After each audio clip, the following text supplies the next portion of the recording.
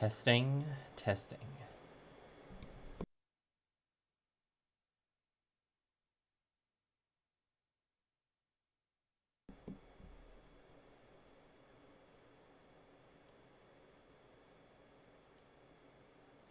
Testing, testing.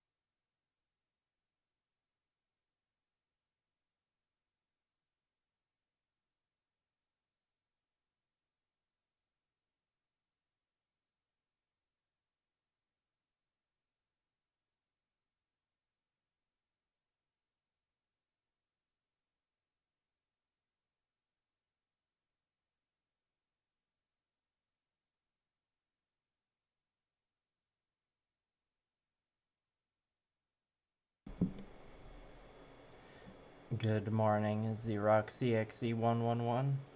Thanks for coming. Also, I don't know if Juanito is here, but thanks for the compliment. Just about ready to go.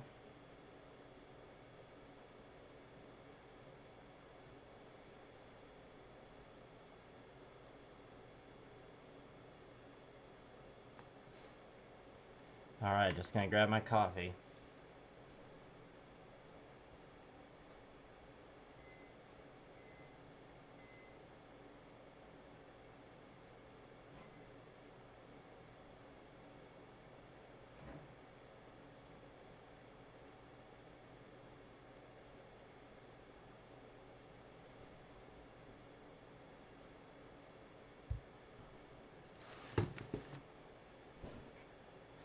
Okay.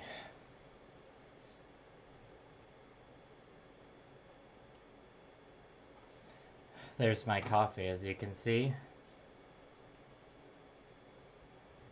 Hope everyone's having a fine Thursday.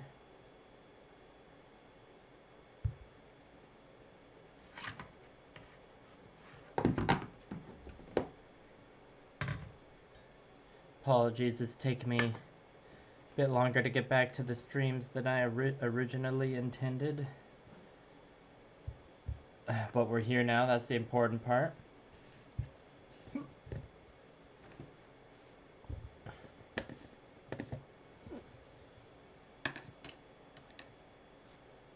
Just getting everything set up here.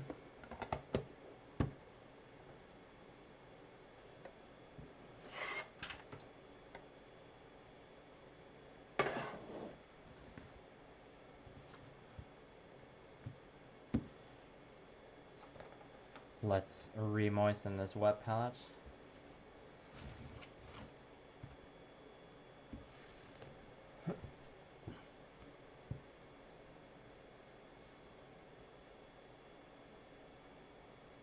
Anybody else working on a scale model or a hobby of some kind while they're watching the stream.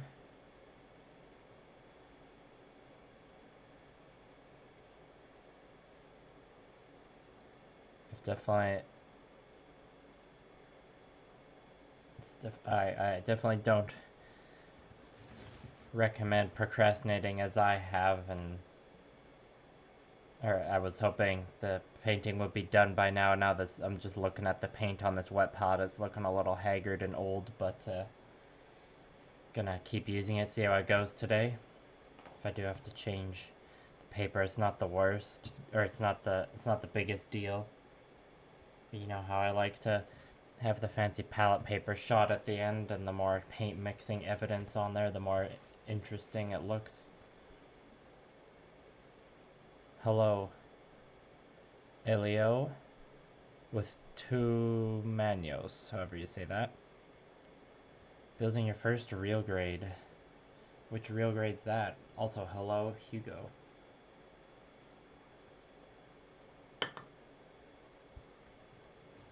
Okay, I think I'm just gonna work on probably, I think I'll just grab one leg piece for now. I'll just start with that.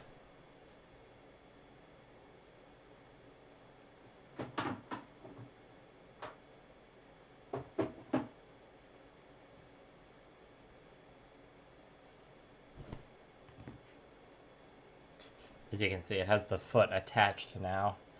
I will just leave the foot on for the rest. Although maybe I should take it off. It gives me a good point to clip the piece on. Maybe, depends on the hole here. Does this hole on the leg hold the barbecue skewer secure enough? It doesn't really feel like it. Okay, maybe we will take the foot off. I think we have to, just for the good grip.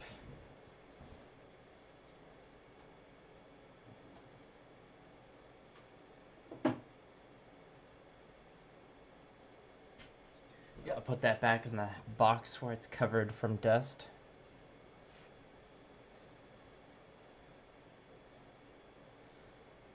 The real grade unicorn, cool. Yeah, doing models like just one, like in short bursts when you got the time, that's can be an effective strategy for sure. Alright, so for this stream, I'll probably just try and completely finish the edge highlights on this one piece. See how long that takes. I'm gonna go darkest to lightest. Good morning, Country Fried Minis. Howdy. Buenos dias, indeed. You can see in this black part here, there is some, I don't know if it was a piece of glue that dried or a chunk of paint, but there is like a piece inside the circle that I couldn't quite sand away. I did have a brief session yesterday taking like 2,000 grit sanding sponge. It was like 2,000, no, I think I went 4,000 and 6,000. I just like kind of gave everything a bit of a rub down because I felt like paint went on a little too thick. But yeah, for this part in the middle of the black there, I couldn't quite, it's hard to sand that way in a recessed area, but thankfully it's on the inside part of the leg, so it's not really going to be noticeable. So only those of you watching this stream here will know about the super secret flaw. I mean, maybe someone else will point it out. I'm describing something that would exist probably on all my projects. And I'm just seeing like a fleck of paint I missed when I was sanding yesterday. I'm trying to just kind of rub it off with my fingernail. So I feel too warm right now. I need to take this hoodie off and switch to a shirt.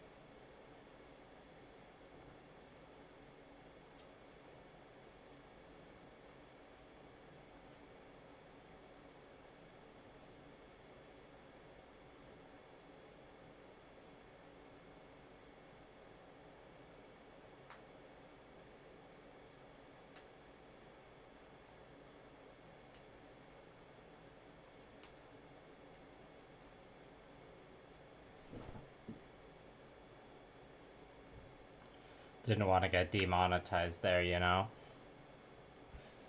Yeah, nothing like some morning edge and country fried minis, that's right. Need something to wake me up in the morning other than this coffee. I'm glad you think the grays are looking good. I wasn't sure how it was gonna go at first. Because I usually opt for just vibrant colors all over the place, but yeah, I'm happy with how the grays are turning out as well, and you know, there's plenty of more detail, and this is gonna go on from this point, so I'm thinking like the color balance by the end of the project will be mighty fine. Hello Doodlebot, you're debating on if you want to invest in the Gundam Master Grade Crossbone Full Cloth. I don't know much about that. I mean, I know that model kit, can't say much about it really. The Crossbone does seem like a fan favorite. It's a pretty cool, unique design.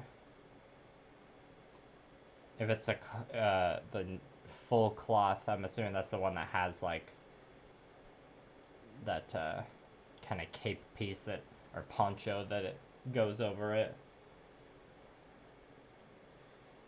I haven't worked with any Gunpla kits where it's got like a big plastic piece that's supposed to simulate cloth, so I don't know if it's like got that kind of rubberiness to it that you see sometimes with like figures, or whether it's like hard rigid plastic.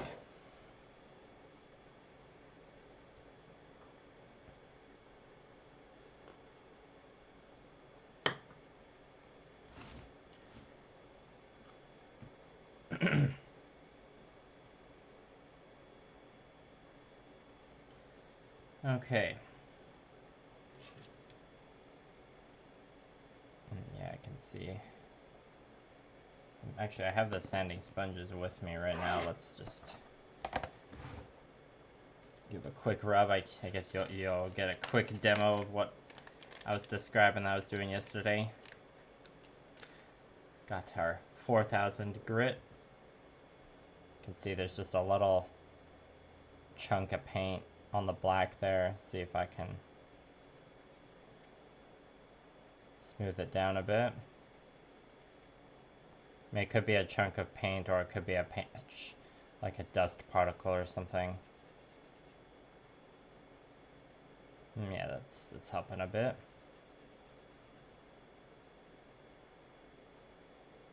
And, you know, I'm rubbing away some of the actual useful paint on the edges and stuff, but I'm doing the final edge highlighting passes, so like I'll be going over it again. Oh, the Master Grade comes with actual cloth. That's amazing. You should get it then, because that's a fun gimmick right there.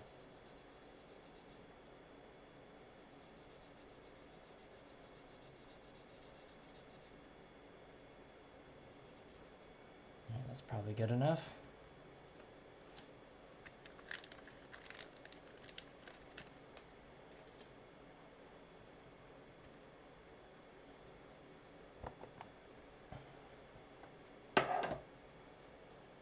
Alright, so what's neat about the edge highlighting here with all these grays and blacks is they're just like, all the edge highlighting is done with, like they edge highlight each other, or the colors are mixed with each other.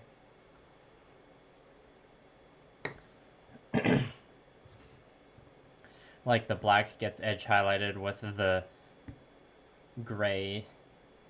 We'll do like this gray for the main armor panels. This will be like the first edge highlight, and then the final edge highlight will use the other gray that's the base for the white. Medium sea gray. A Country Fried Minis approved gray, from what I remember.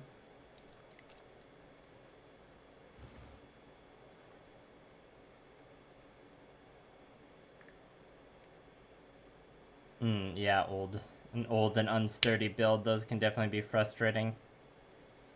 Do you think it would be a kit you'd be okay with just posing once and leaving on the shelf and never touching? Or are you that kind of person that just always be reposing? So before I mix in a gray or anything, I'm just going to see if there's any areas of the pure black that need to be touched up. And I can't really see any. Maybe, okay, there's like a tiny bit over here. You know, some spots that'll probably never be seen by anybody. Better make sure those are painted just right.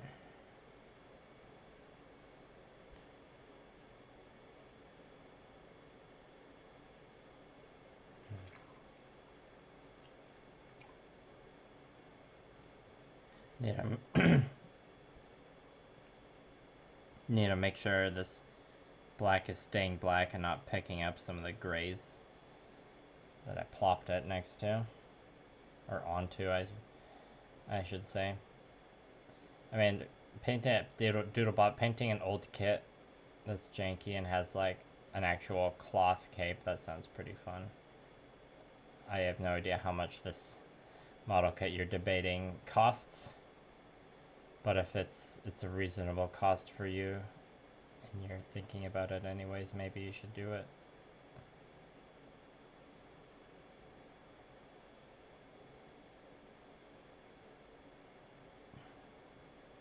Like, modern master grades are cool and everything, but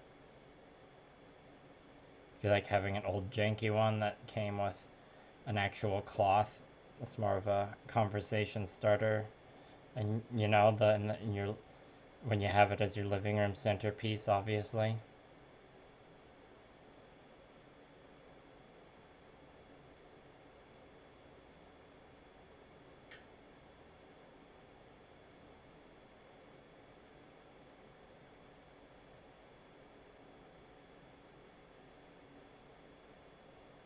So yeah, I am kind of just like painting the thing I did in the last step again here in a way, but the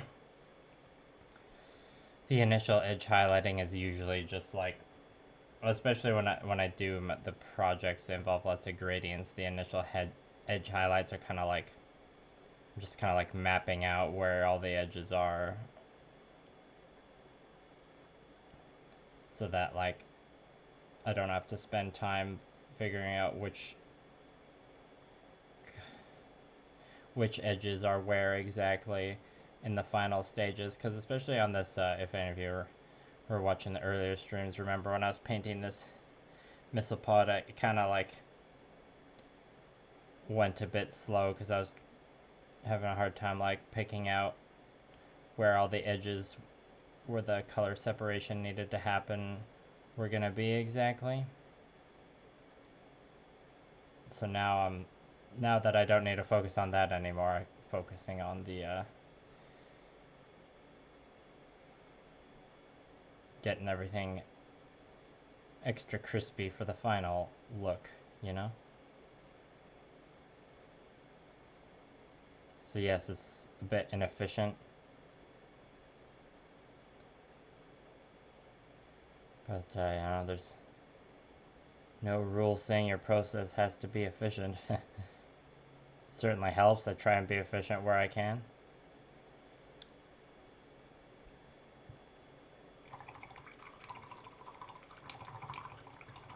Oh, nice. Blue Parappa, my partner, has also made dog clothing before. Yeah, if the Bandai cape sucks, you got a good backup there.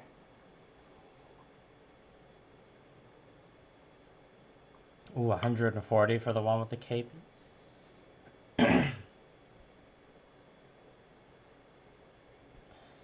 That's not cheap exactly. Hello, go for it painting.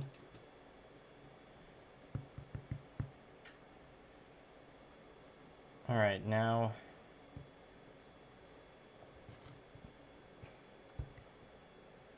gotta mix the like mid gray, or dark gray I should say. Start with just a little bit.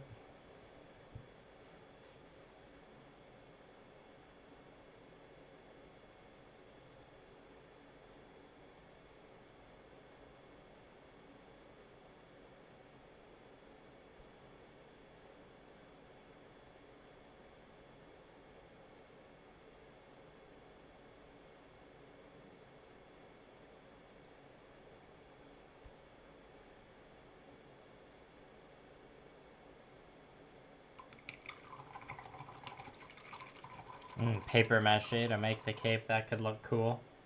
Definitely would probably give more of like a weathered old cape, old tattered cape vibe. Which could work for something called the crossbone.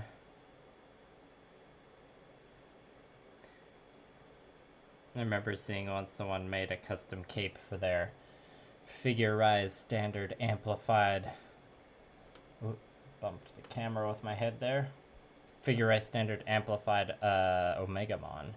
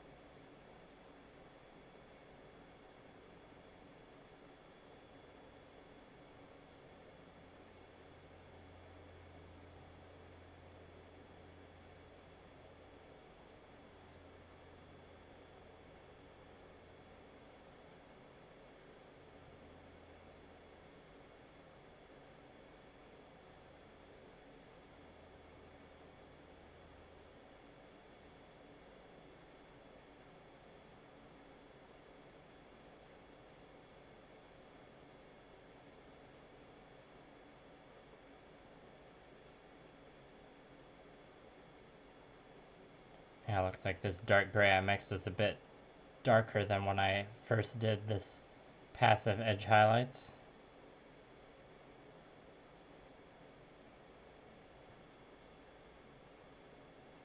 Which is fine. Plus there's going to be 2 more passes of progressively thinner edge highlights on after this one. That will probably not be mixed and just be like the straight up color.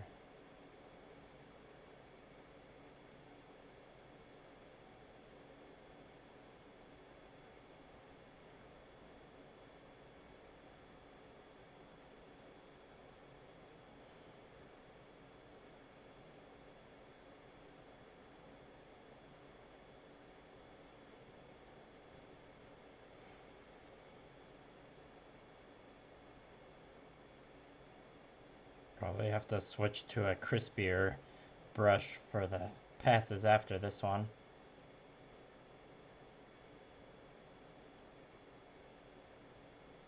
Also, I don't think anyone's gonna see these edge highlights on the bottom here, so I'll probably just,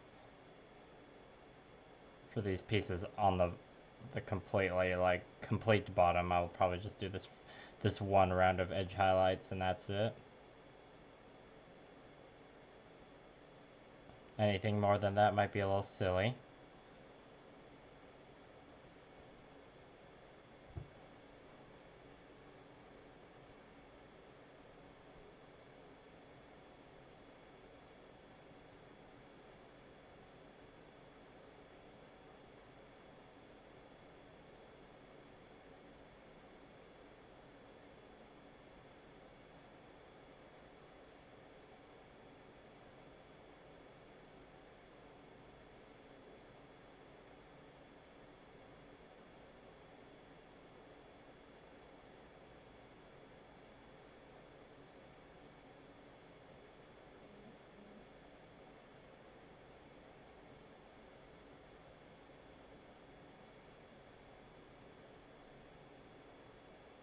Alright, and there's a little section here, I just want to add a bit of black.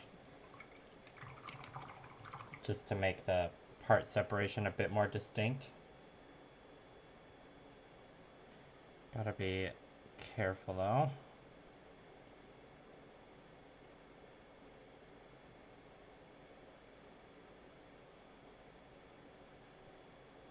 Yeah, only a tiny bit of spill over there. Which looks like we'll probably have to clean up. No, we're kind of scrubbing it away there.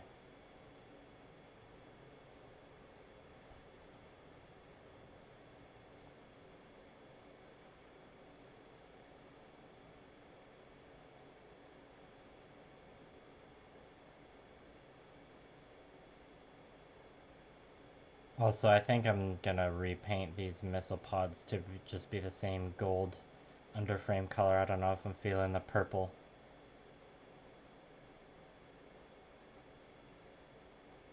That's probably something I'll decide like near the very end of the project. Okay, I think we need to grab a sharper brush now.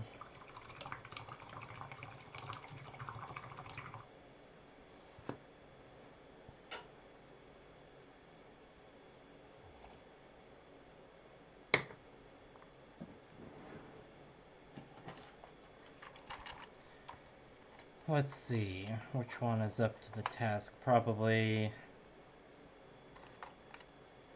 Do we go to the old reliable size 0 Windsor Newton?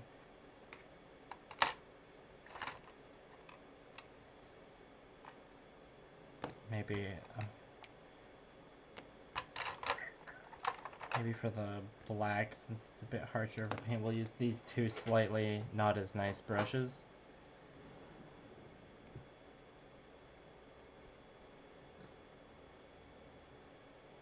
Oh, nice. You got some old fabric action figure capes you can use? Yeah. That sounds better than paying the extra, like, 70 bucks for the version with the cape. Yeah, painting the underside of things, that's just real mini painter energy in general, you know? Like, to make me think of... Yeah, I saw a guy joking on Twitter once. There's, like, talking about being insane because he drilled all the gun barrels on a model, even the ones like there's like some gun on a belt holster or something that the barrel was pointing down, but you know, the classic mini painter completionism is like, I gotta drill that gun barrel too. What if someone's looking at the mini from directly below?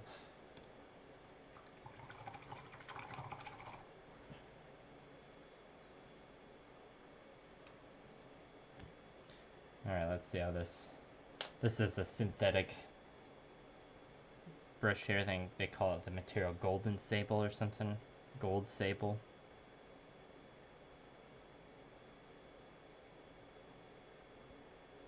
So now the second edge highlight is pure iron hull gray.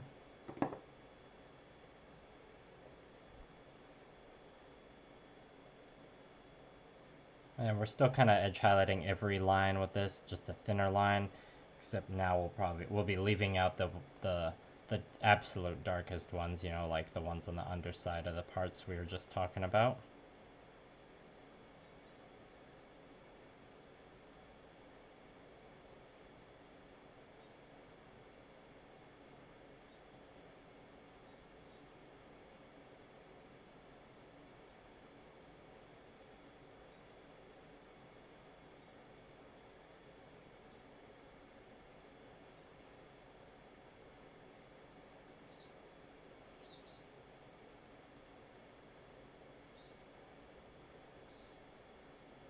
I have to utilize the edge of the brush a lot more in this part.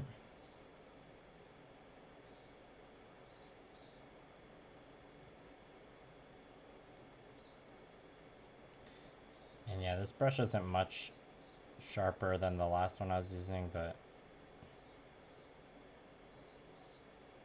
it does have just a tiny bit finer of a tip.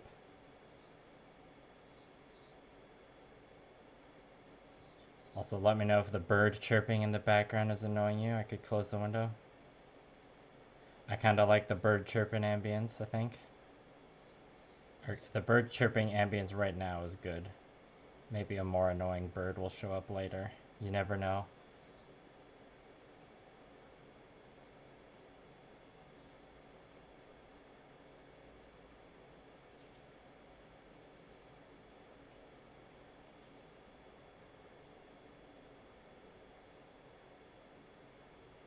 Usually I'd have the model... I just see a part of the inside of the circle there I need to fix. Usually by this point in painting in the good old model mayhem style, I'd have glued the legs down to the base. But because I'm going to be doing some water slide decals, like it's inevitable that I'll be putting some of those on the inside of the leg, so trying to do that when the like legs are glued to the base would be very not enjoyable.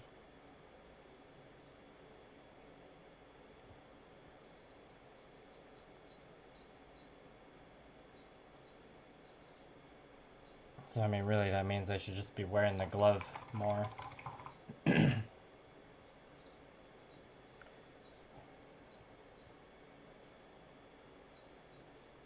Yeah, bird chipping in the background's pretty nice, I think.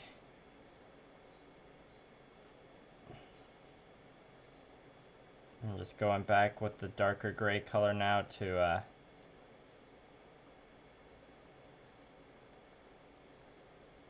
put some back in areas where I put the light gray line on a little too thick.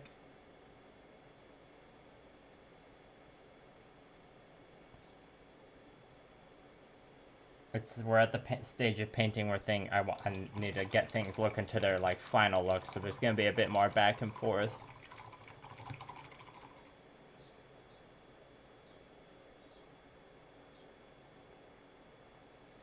Keep calm. Yeah, I mean if you're looking to buy like the absolute minimum colors to get started, I mean oftentimes the paint starter sets give you a good spread to get started that will include the primary colors, but yeah, like minimum I'd recommend is like, yeah, black and white, the primary colors, and then like 2 different metallics. But you said like first time buying Citadel paint, like you can start with Citadel paint, it's good quality stuff, but if you want like a bit more bang for your buck, I'd go with Vallejo, because Games Workshop quality is good, but it's overpriced. Their paints aren't as overpriced as their models are. But I'd say they still are a little bit overpriced, and the design of their paint pots is just straight up bad. It's a bad design that makes paint dry up faster so that you have to buy more. I don't think that's a hot take to say.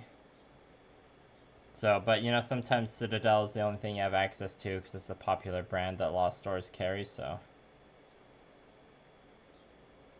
No shame if that's what you're gonna paint with.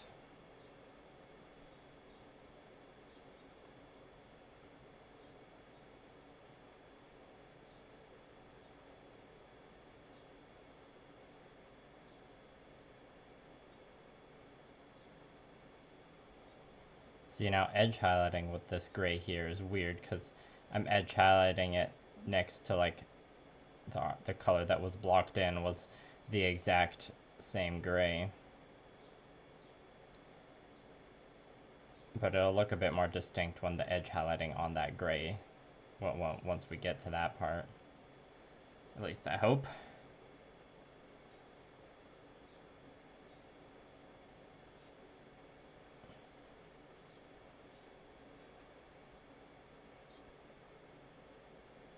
Yeah, I mean, I do like to crap on Games Workshop most chances I get. But, you know, feel free to call me a hypocrite, because one of the purples used on this project is a Games Workshop's or Citadel paint.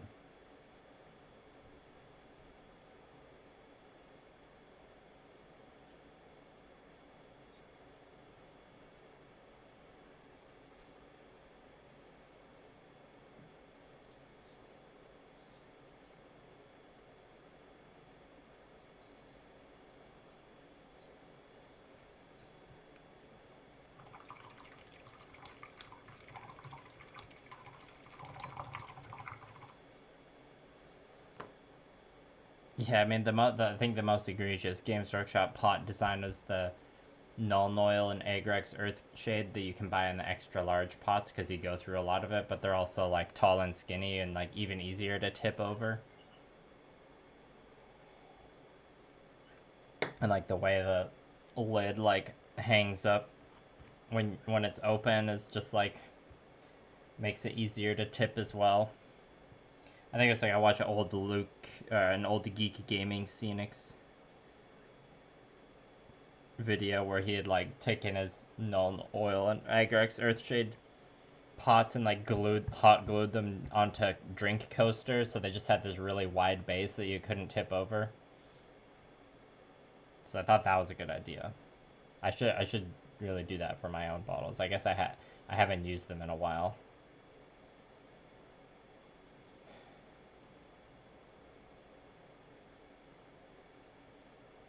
Usually I'll just like the other pots of paint that I'm using on a project, I'll build like a anti-spill fort around the Nuln Oil with the other pots. It's not as good as just like gluing something to the base to just give it like a more permanent, stable base.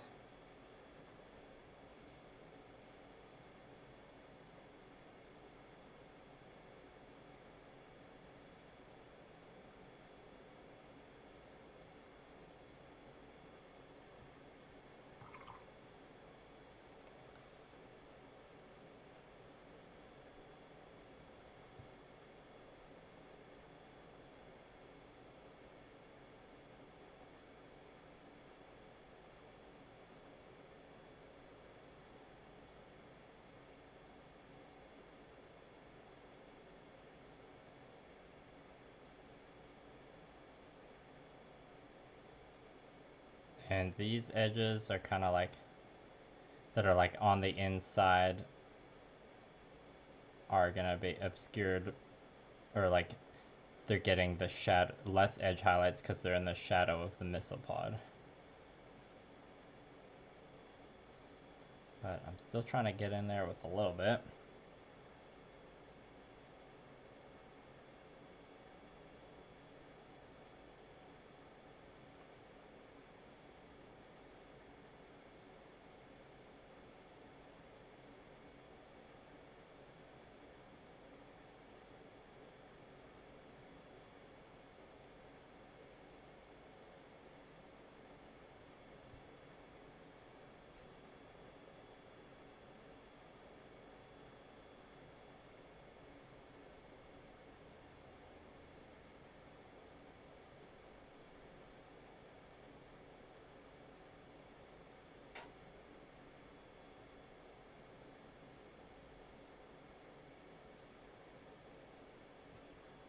Alright, almost done this second pass of black.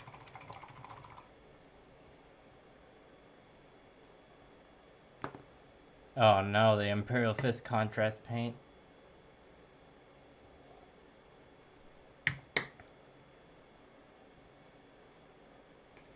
I mean, as much as we're crapping on Games Workshop paints, you know, there are problems with the dropper bottles too. Like if the nozzle gets clogged, sometimes you squeeze too hard and the whole nozzle piece just shoots out of the bottle and like paint splashes everywhere. That's happened to me before. Not as often as like, or like it's not, there's less chance of that happening than there's chance of like a Games Workshop pot spilling. But still something you need to watch out for.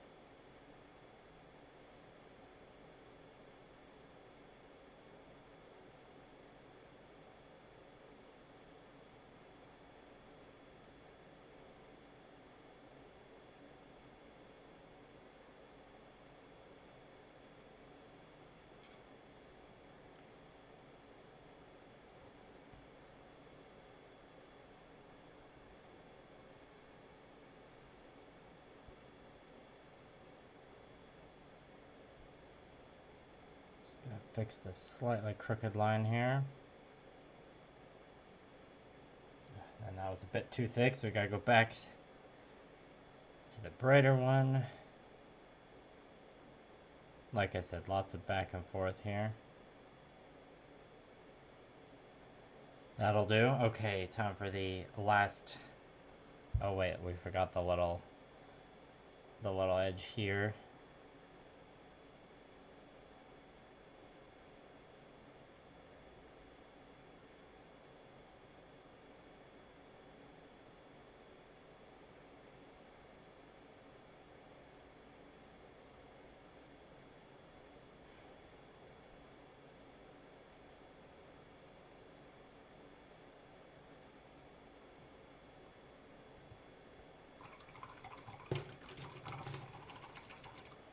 Alright, I should actually remember to put my glove on.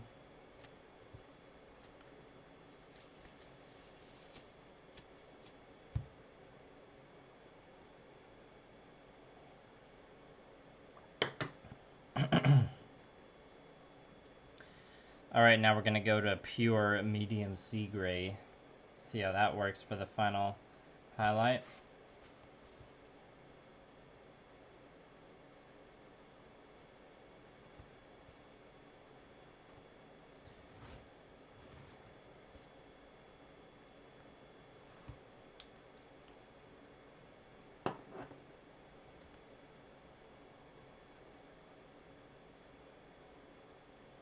Thin it out with a bit of water.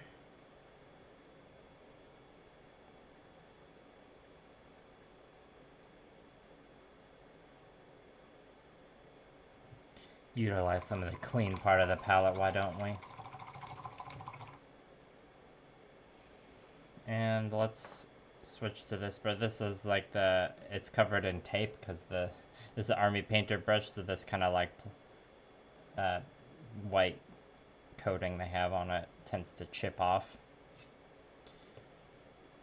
But we got a nice crispy tip here, so let's see how it holds up for this highlighted stage.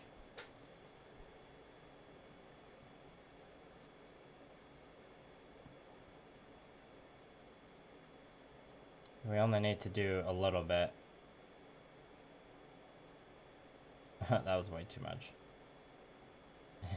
Only need to do a little bit. Immediately paints too much. Yeah, that's better. I won't go all the way. Jeez, I messed up. I won't go all the way down the line because this is the final edge highlight, so we only focus on like the corners.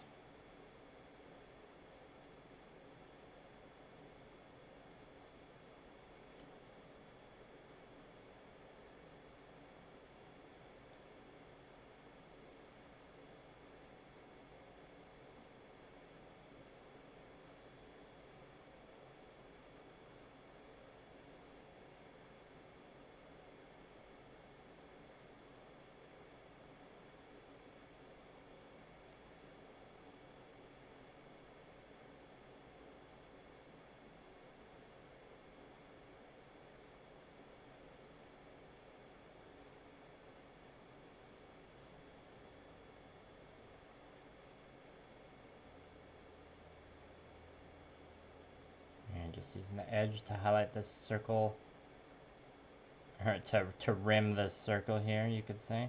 Oh yeah, there's a tiny bit of black I need to fix on the inside edge there. You can see some gold.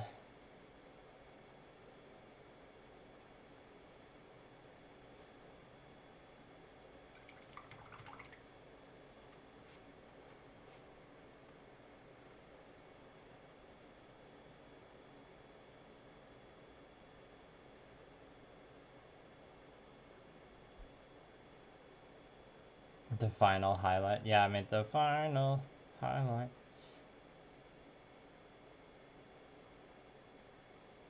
Makes total sense why you think of that.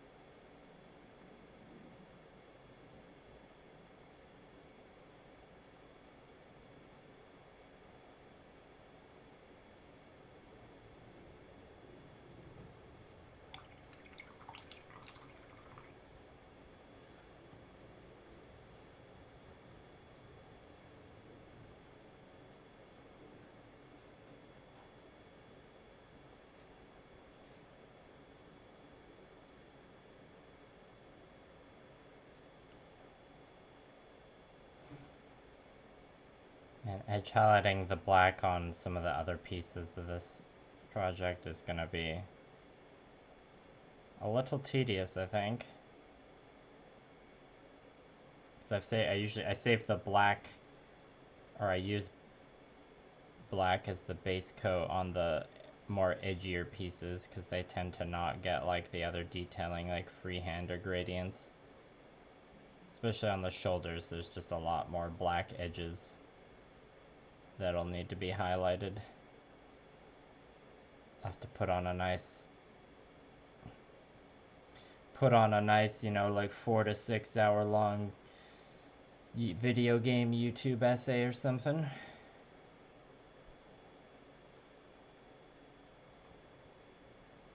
Sorry, I keep bumping the camera with my head. It's a weird part about filming miniature painting.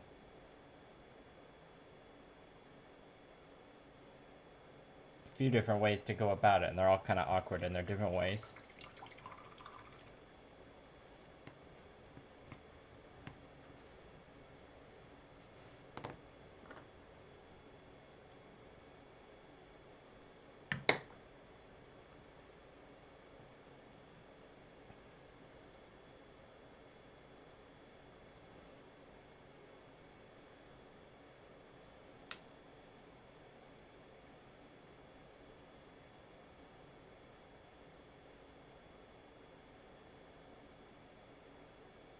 Now this top edge I'm painting here, I think I'll have the edge highlight go all the way across because they are the top edges, so they would be catching the most light.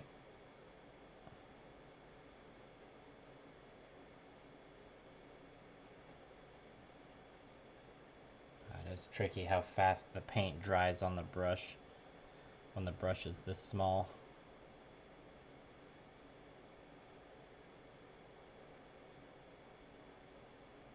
It really slows things down.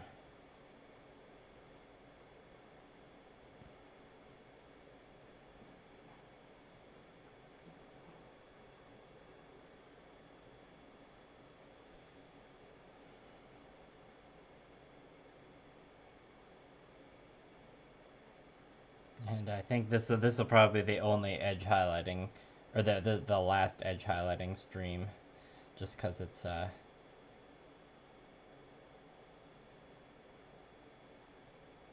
edge highlighting gray. You can only get so much entertainment value out of edge highlighting a bunch of grays, you know?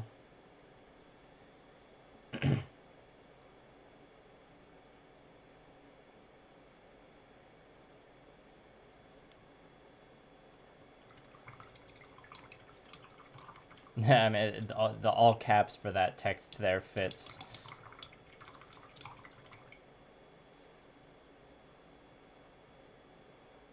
Are you referring to the struggle of when paint dries up fast on a small brush?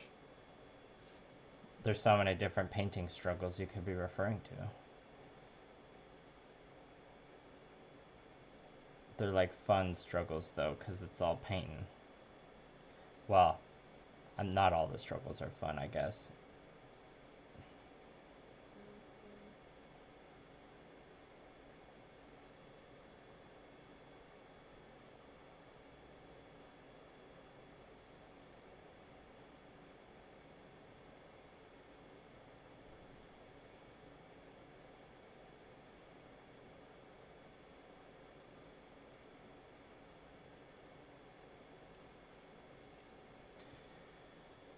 Alright, just a tiny bit on this bottom piece.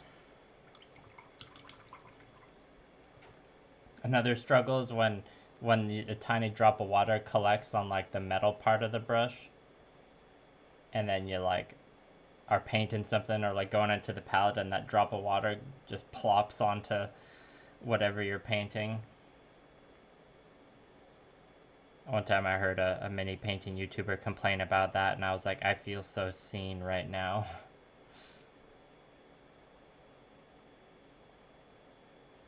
Yeah, Country Fried, that pupil's comment, that gets me. I know exactly what you're talking about.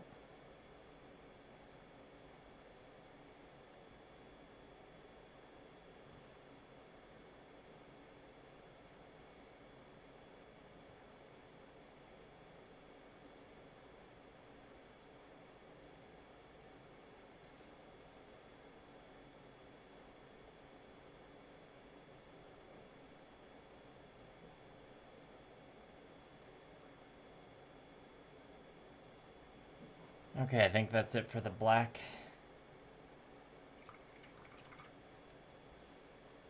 Now that I see this piece here, I think we're just gonna grab a bit of the medium. What is this, our second gray for the highlights? I think I just want to add a little bit of a line here.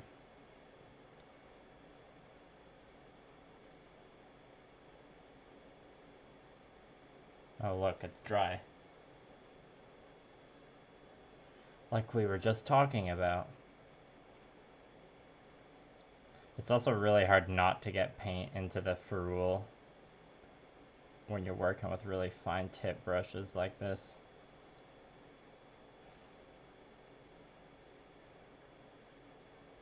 At least it's hard for me.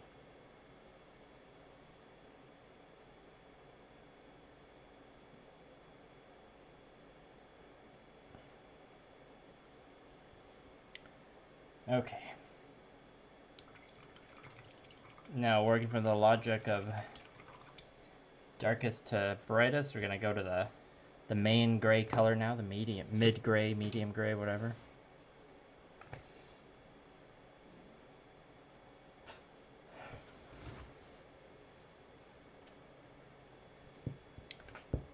And let's just grab some of our medium sea gray here. Bring it over to our mid-gray to mix our first edge highlight again to tidy that up.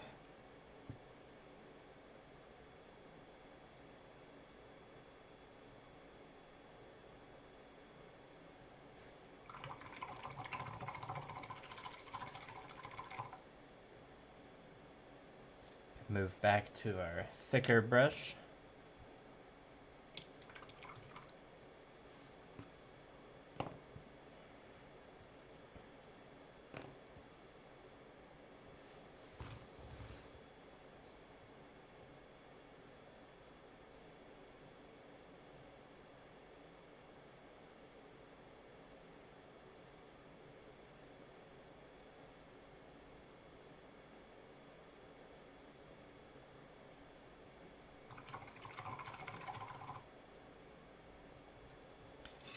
All right.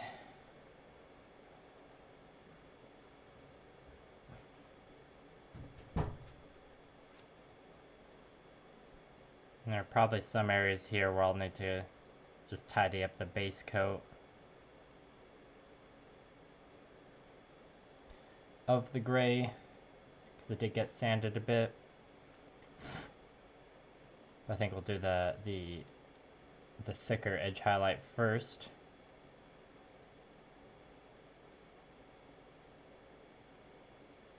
And we can just focus on making sure that line is wide enough, and if it's too wide, then we'll do the base gray after this, just to tidy up those borders.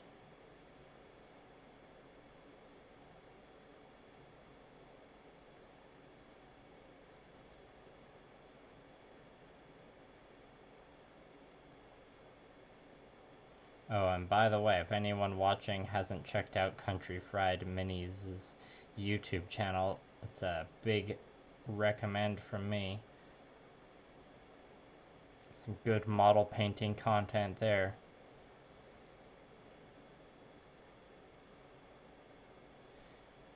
And a much fancier stream setup. More entertaining streams too.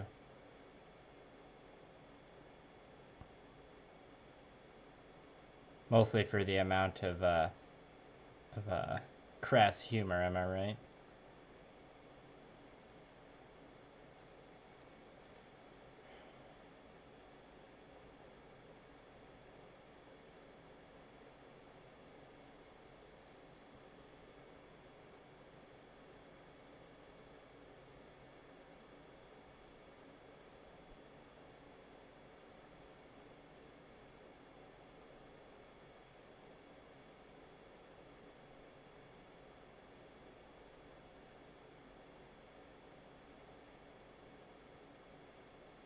Unfortunately, I don't have one of those desktop paint shakers so I can have like a undulating pink silicone nipple thing to put my paint bottles on in streams. And no lewd anime girl stickers to dump glue onto either. Or guest palettes, I should say. I like the Country Fried Minis gimmick of the guest palette.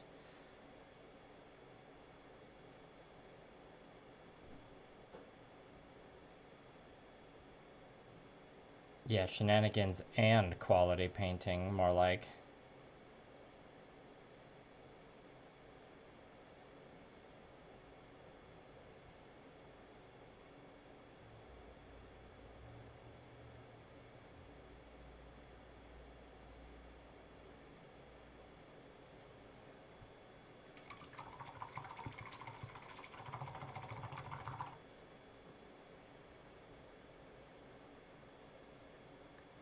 So yeah, it's like parts here around the corners you can see the line is like not that, it's not an even thickness, so that's why that's like the main point to redo this initial edge highlight here.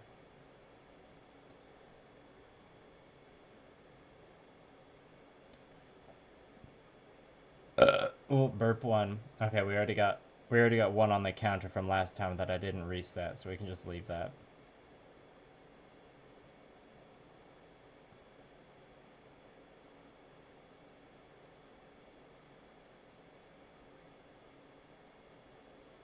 Dang, I guess if I keep doing only morning streams, I should just have a Coke Zero instead of my morning coffee one time, so we can make a run for that burp record of 7. I can definitely beat that sometime. Before, when I was doing streams before and I didn't have a burp counter, I feel like I definitely had at least one where I broke 7 burps.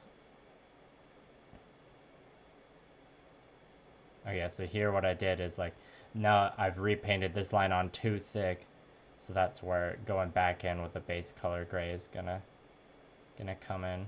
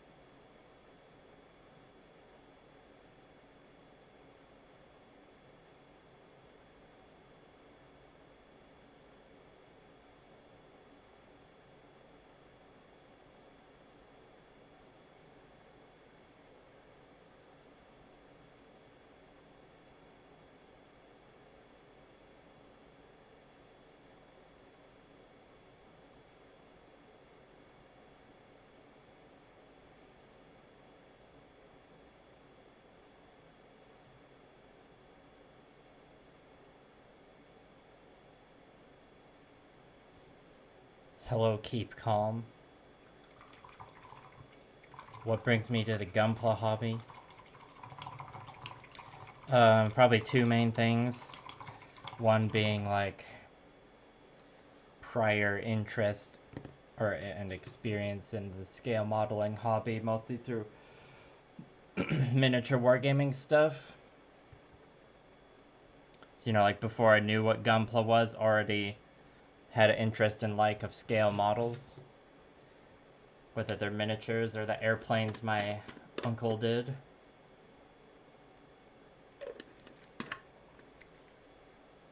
And then the second main thing was being into anime, because obviously, you know, if you spend enough time as an anime fan, you're bound to watch or at least run into some Gundam stuff. It's a pretty iconic franchise. And then, you know, there's also a good chance you'll see or hear about the Gundam model kits. So I bought my first... I mean, I think I had some kind of no-grade Gunpla as a kid in the 2000s. But the first, like, I guess, official Gunpla I got that I still actually have was from Build Divers is the Striker GNX. And I picked that up at my local anime convention that I go to every year. And for a while it was just kind of like a casual thing that I would do when I want to break from painting miniatures. Because like, this is still like scratches that building or that like having a model itch, but it's like, this just can be like a casual thing. I don't need to paint it. But then, you know, inevitably, having all these miniature paints, it was inevitable that eventually I'd try painting some Gunpla, and you know, that became the desire to do that grew more and more the more I watched people online customize their Gunpla, because obviously like people have been painting their Gunpla for a while, so the more you look into it, the more examples you see of people's custom work. And then I've painted lots of miniatures for a long time, so part of me always knew it's like, okay, well, eventually I'll definitely try and paint some of these Gunpla. The first few times I painted Gunpla, though, I did it more the traditional Gunpla approach with mostly airbrushing and all that. I think I painted...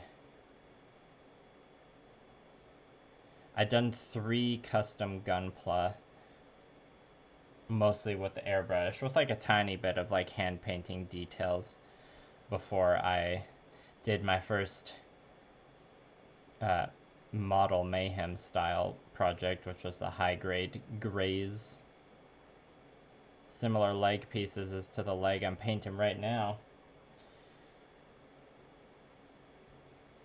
So I didn't initially like just immediately start painting my Gunpla with my with the brush like this.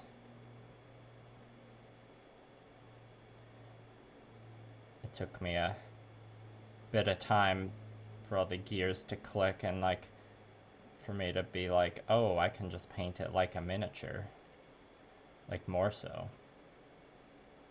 And if you've watched any of my older videos, you'll know this is like I got the idea from seeing other painters do it, like Sanosuke, Japanese painter.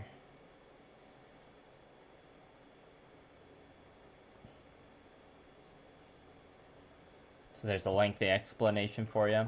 Hello, Robert. Yes, I know the Gunpla sisters. Also, hello, Iron Elemental.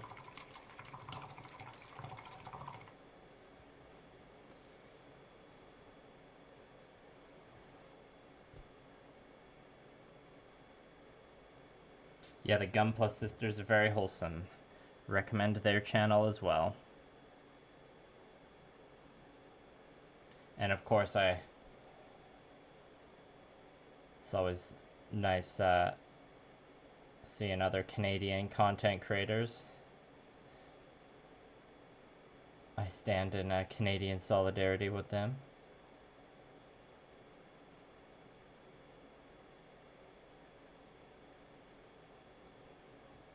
I like the couple times I've watched their streams, I did very much enjoy the cat that was on the desk with them. You know, they'd clip out pieces of the Gunpla and then like let the cat sniff them, so that's always fun. Or the cat would like try and grab and play with the pieces as they're building, which can be a little nerve-wracking, but it's also pretty entertaining. Nerve-wracking in the sense, or if I was building with a cat on the desk, I would be worried about it like pawing the piece onto the ground and losing it.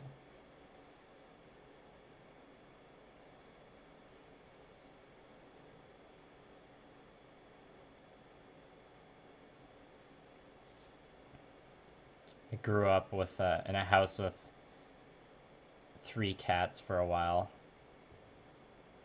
and like 2 cats at the very least. So I know what those rascals can be like sometimes.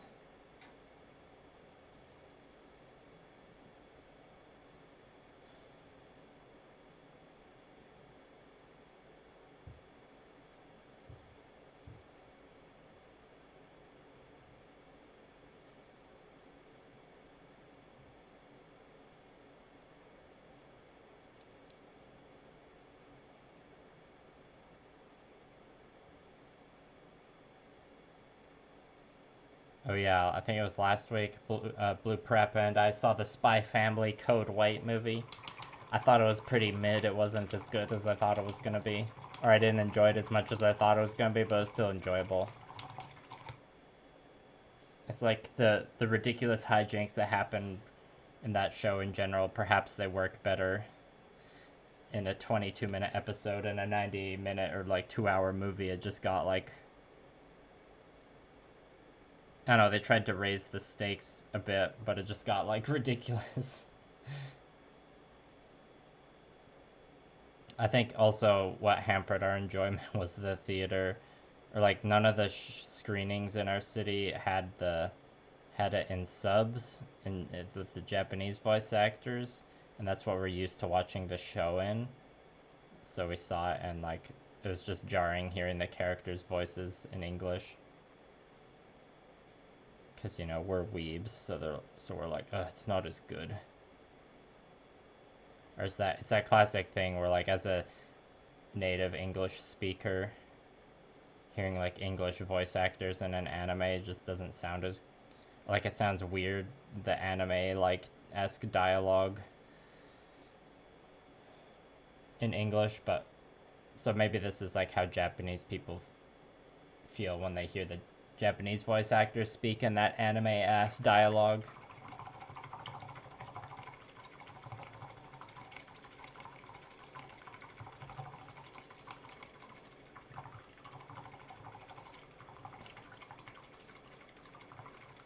How do I feel about the build quality for the Master Grade Heavy Arms? Well, I've built the Endless Waltz version. I suppose that's like the main one that's around.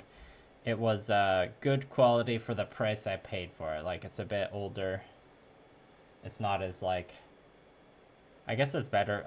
It's like a bit better for painting maybe, because like the pieces are a bit simpler and there's like less moving mechanical gimmicks. The quality didn't like blow me away or anything, but I have fond memories of that build, and I think that's mostly because it's like a very reasonably priced master grade, very good value for the dollar. Okay, let's work on the bottom here. Yeah, the Try Burning Gundam, that's a cool one. Painting that flame effect part would be a little difficult, but it would sure look cool.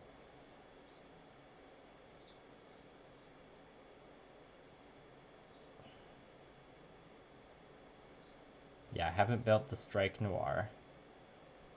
It shatters in your hands, apparently, according to Doodlebop.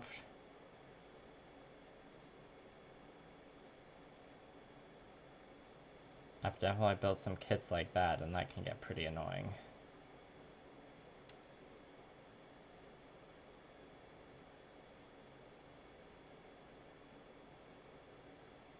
Oh, and Robert, you feel free to post your riddle in the chat if you like.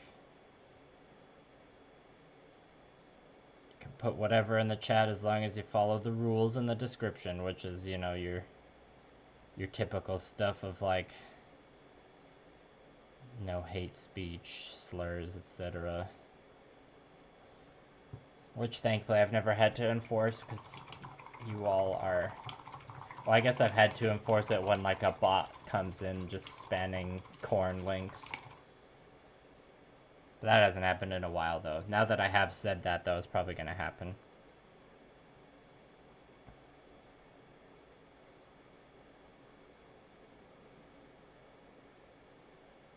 How long we've been streaming for? Hour and 12 minutes? Alright.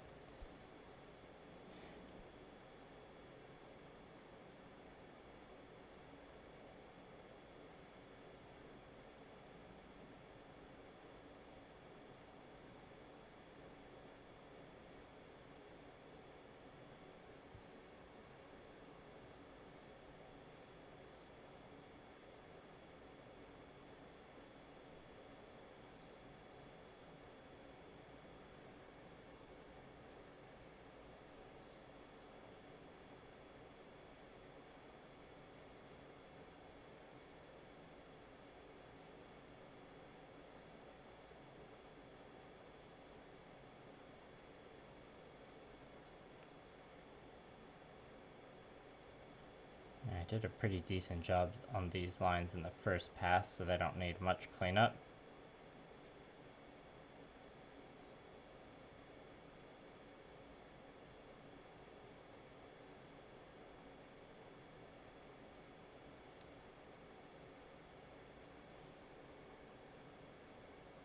When this project's done, ideally by next week, I gotta decide for the anime convention that I was talking about before. That's happening.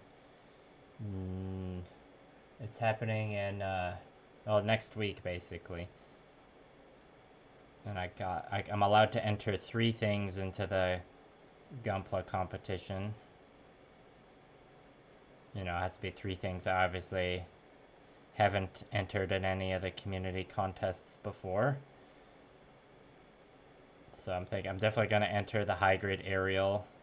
I painted that a while ago, but I haven't entered it in any contests with this local group before, and I did work on it this year to finish the base. So I'll be entering that. I'll also be entering the Iron Blooded Orphans mini diorama, because why not? Or I guess the aerial is happening for sure, and then I got 2 more slots for entry, and I gotta decide whether it'll be this project I'm painting right now, the LBX I painted for the last video, or the Iron Blood Orphans diorama. So yeah, I gotta pick 2 out of those 3.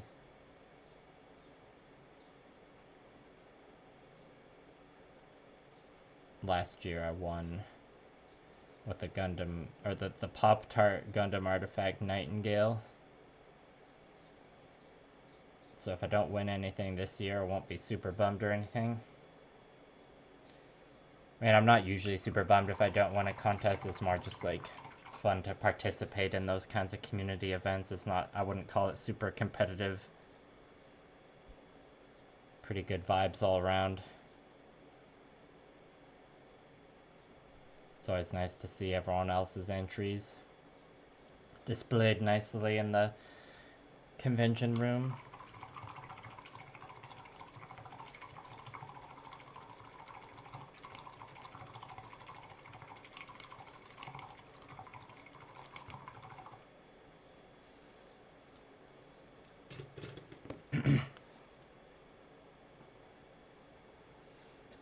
Nice, Doodlebop solved the riddle.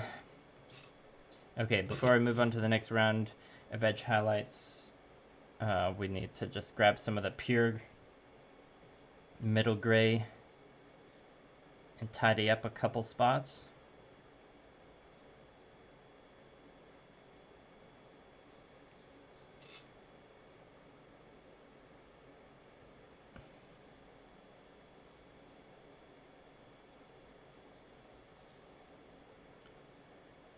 And perhaps just give like a bit of another smooth coat down on these areas. I do like P3 paints, but this Iron Hull Gray, it hasn't been the best color for just like painting on a solid base coat. Perhaps I just haven't been thinning it enough. Like with most of my hand-painted projects, it kind of boils down, or just like with most hand painting in general, it's kind of like, well, if you wanted a really smooth, clean coat in the first place, you should have airbrushed. It's kind of like too much effort to be worth it to get like an extremely smooth, hand-painted coat with no brush strokes showing, in my experience. And like usually the work I'm doing is detailed enough that like the detail work distracts from the less than smooth finish. I can see an annoying piece of dust that got painted onto there in the corner. Thankfully it's on the inside of the leg, won't be really noticeable.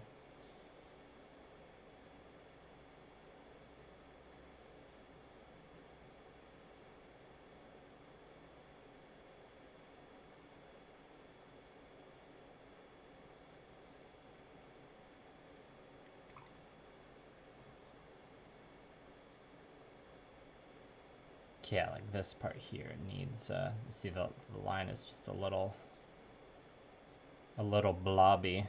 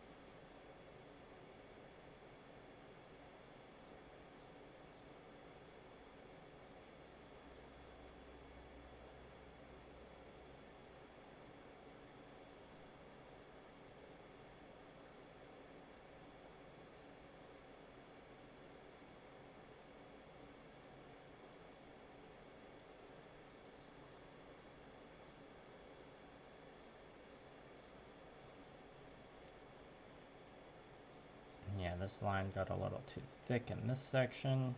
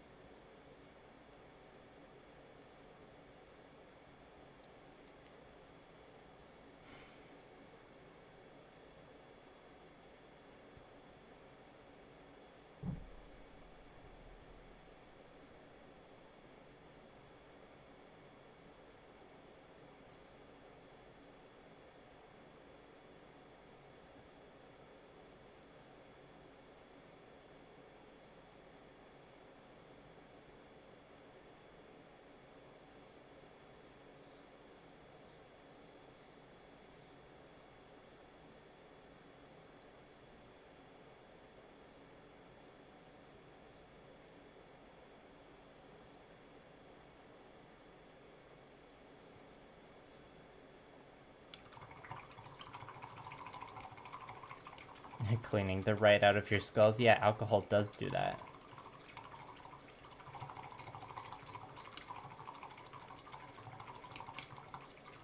Damn. They tried to clean a TV with Coca-Cola. That's a new one.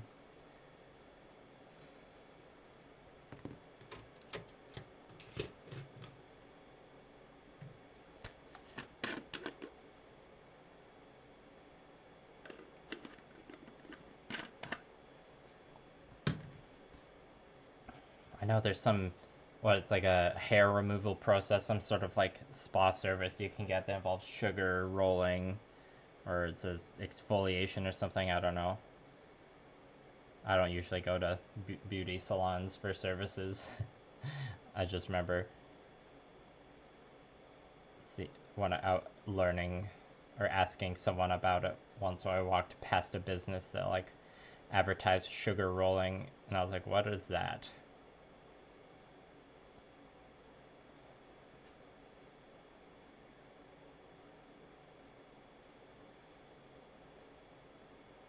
Okay, I think that is...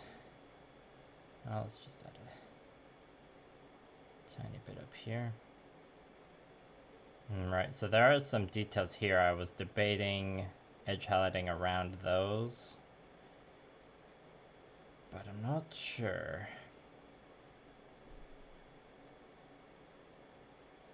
I think I'll leave it for now.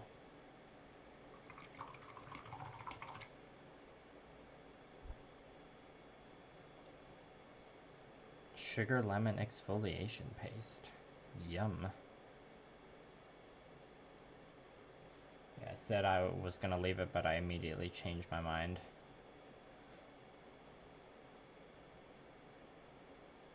We'll go for just some very minor.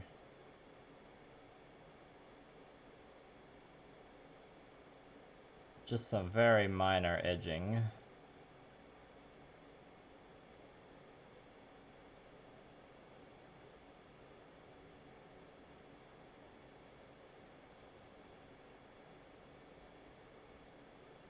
Emphasize the details a bit and hopefully distract from the subpar seam line removal that you might be able to see here.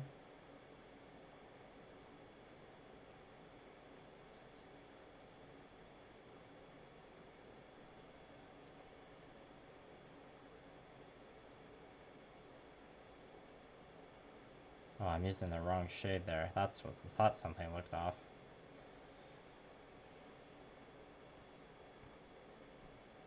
This should do the trick.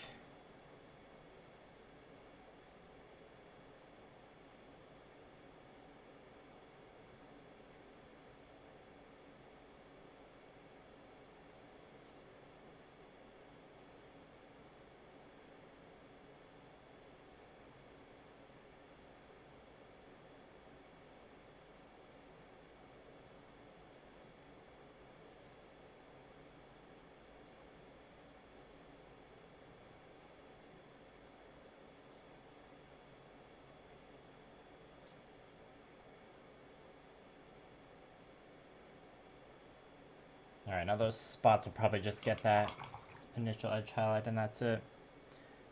I do want to round off the corners just a bit.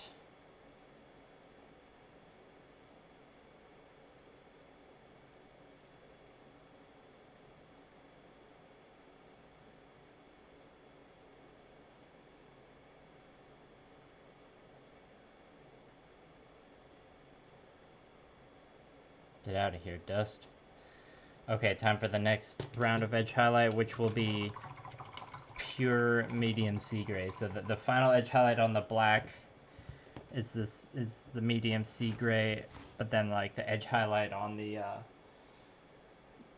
and that is the kind of middle edge highlight for the middle gray.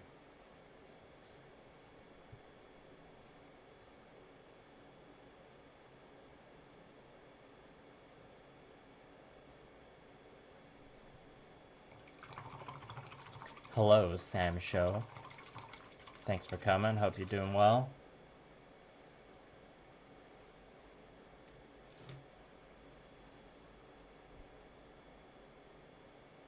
That gray base coat I painted on there doesn't look great. Color isn't quite right.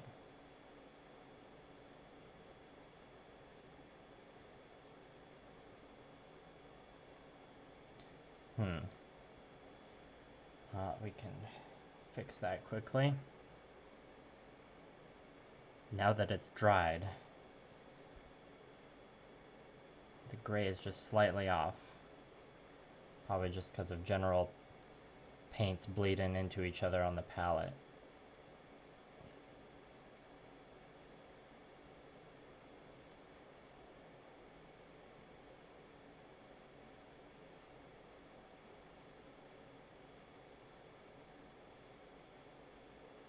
Because I'm planning on using decals with this project, I'm putting in a bit more effort than I usually do in getting like cleaner base coats. But it's still like a hand painted base coat, so like I was saying earlier, I don't like really strive for perfection because it's not worth the effort. Surviving another day in the Netherlands. Is the Netherlands that bad?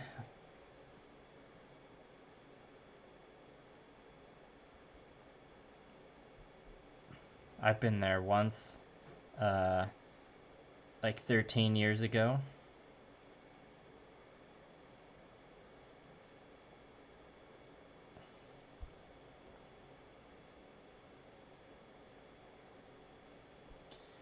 Alright, on to the skinnier lines now.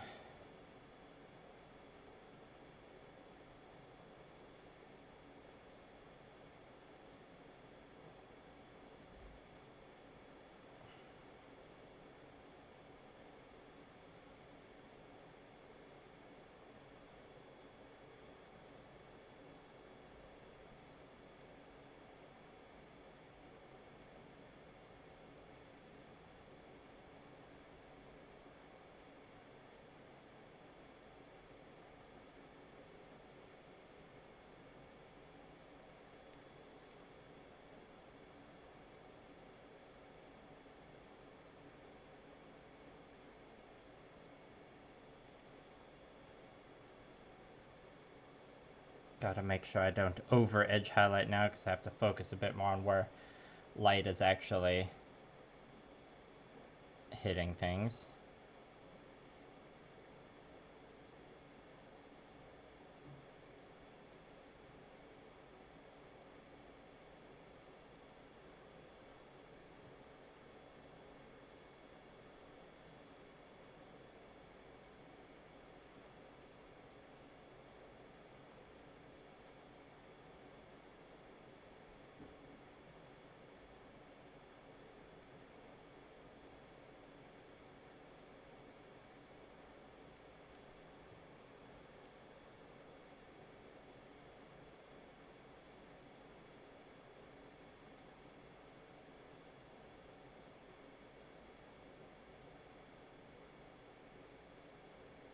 especially on this part here, which is the inside of the leg.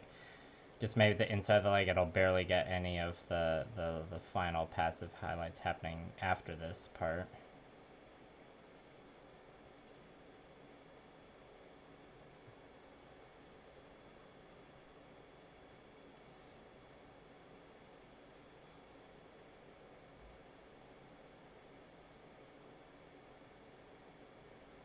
Also hope I haven't been too bad about moving or like messing up the camera focus and all that. This leg piece is one of the bigger ones, so camera generally has a better time focusing on those.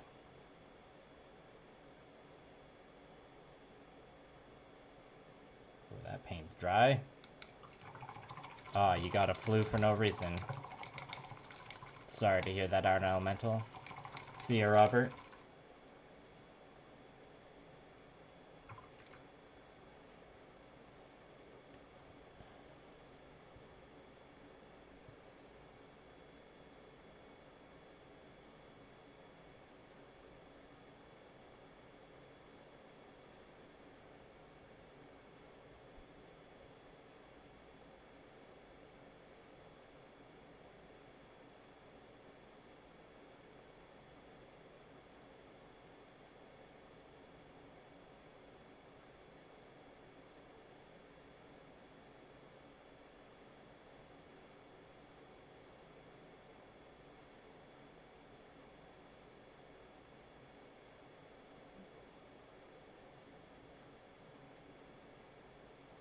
I feel like every Gundam I hand paint, it's like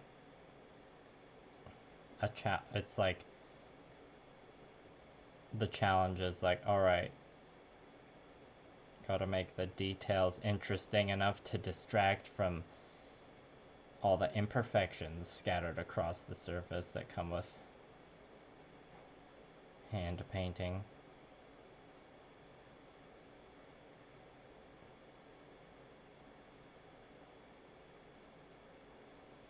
One exercise that I learned from, or yeah, I guess I learned it from Zaku Aurelius when I just heard him talk about it or make a post about it or something.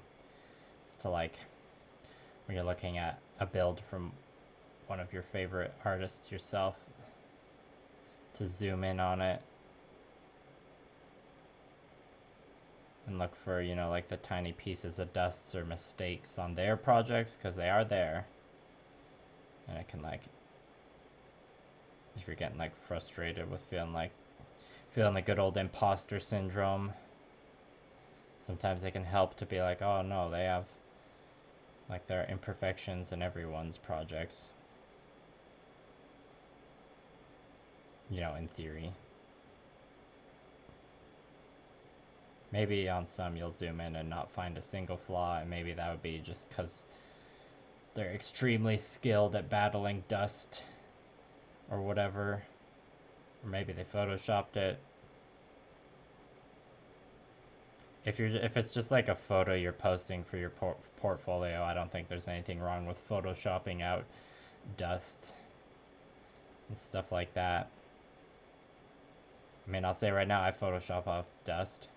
It's like if you're entering something into a contest and it says that you can't do any photo editing other than like exposure and crop, then yeah, you definitely want to follow those rules. But like if you're posting a photo to Instagram, like if you're gonna get mad about someone photoshopping out some dust, then like I think that's a little silly personally.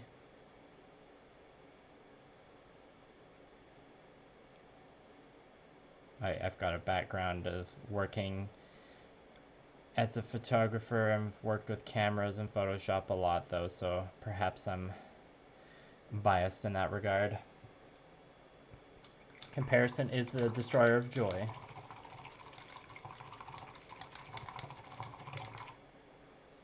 Well, Country Fried Minis, you've got a bit of a handicap with that webcam you're working with. Like you said, it's good for filming faces, but not quite designed for the niche thing of like filming miniature painting, it seems.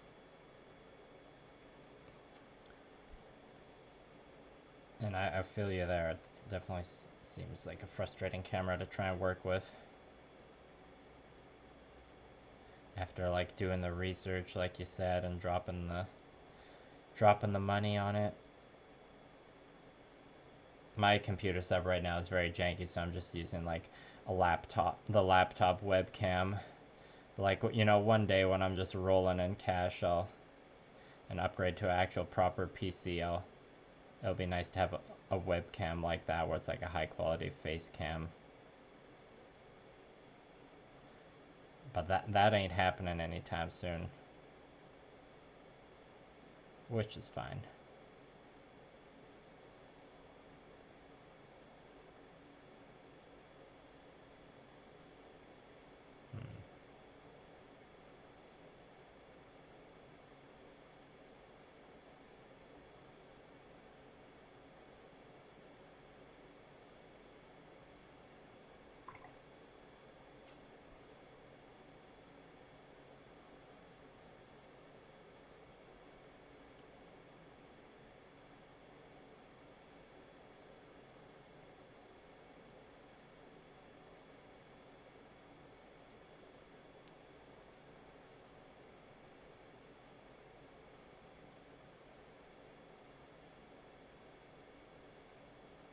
Dang, there's a chunk of dust that got painted in there.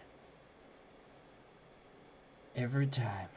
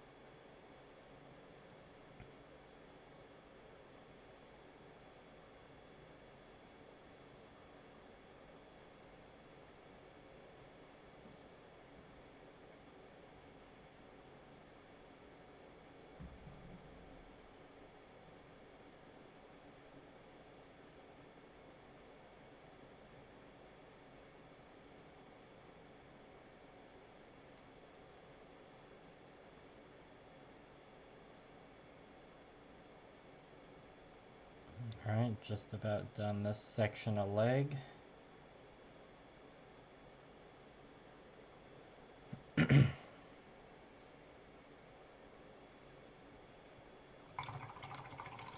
Yeah, I mean, definitely the more edge highlights I put on here, the less I worry about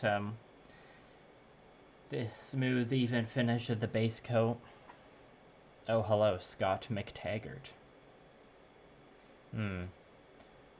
A Canon M50 Mark II. Yeah, I've heard that's a pretty good mirrorless. I mean, when you're hanging a mirrorless camera overhead like this, it's the lighter the camera is, the less strong an arm you need for it. Canon cameras, the good thing, or for me, the best part about Canon cameras is that there's just like, you know, they have a large market share. Like, they're one of the biggest camera companies, so there's like usually a decent amount of gear on the second-hand market. And like more options for lenses and stuff like that. Scott, you're looking for tips, the best way to prime beforehand painting without using a rattle can or airbrush? Yeah, I mean, I've gotten this question before. Priming without a rattle can or an airbrush, it's possible, but it's like you shouldn't do it unless it's like your only option, because it just takes so much longer. It's like, if you don't have to do it, I would avoid doing it. But if you do have to, you kind of just have to do like multiple thin coats. Like, the more thin coats you do, the better of like a smooth finish you'll have, but it's like, it's really diminishing returns. and very tedious. And also, like, you'll want to keep in mind how you're going to be painting and like how posable you want the kit to be afterwards, because you know, any sort of like moving part, if there's any chance of paint or like parts rubbing against each other, like acrylic hand painted work is gonna like get damaged really easily. So like keep that in mind as you're painting and customizing. Like this thing I'm painting now is gonna be a bit posable by the end, but it's basically going to be acting more like a statue or a miniature at the end, where like it's going to be on its base and it ain't really moving. That's a good thing. There's a pretty horrendous like piece of dust or like fiber of hair just painted into this part, but luckily it's on the bottom piece or bottom part of the missile pod, so we don't like, it's not really going to be seen. But man, that's some hand painting cringe right there. Am I right?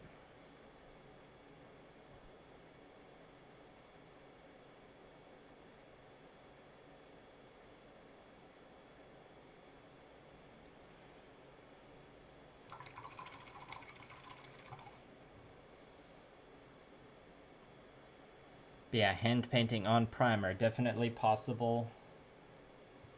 But I would say only do it if you have no other options. Otherwise, like, you run the risk of just getting completely burnt out from painting the project, like, or like, sorry, by the time you're done the hand painted priming, you're like already burnt out with the project because the priming would just take so long.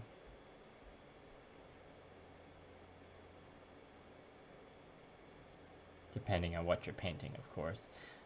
Things with like a lot, like hand priming, like the high grade Gilgug, which has like a lot of large smooth panels, that would be more annoying to hand prime than kits that don't have as many smooth panels.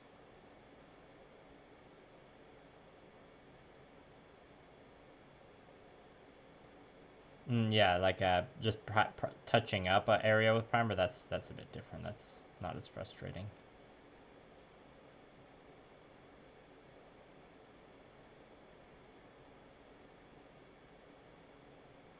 I've never decanted any rattle cans myself, but definitely heard of people doing that before.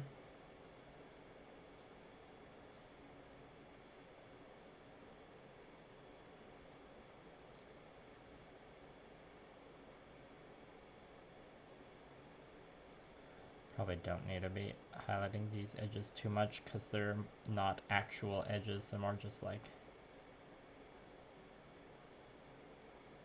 highlights to make the different areas a bit more distinct.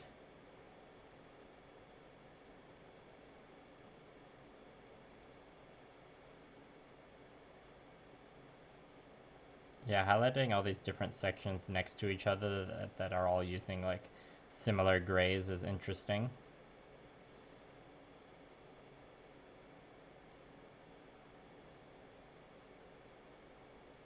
It's an interesting painting challenge.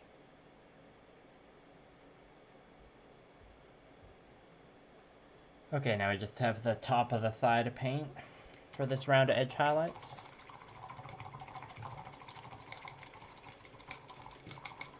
Yeah, hand brush priming a whole model, that's a doozy right there.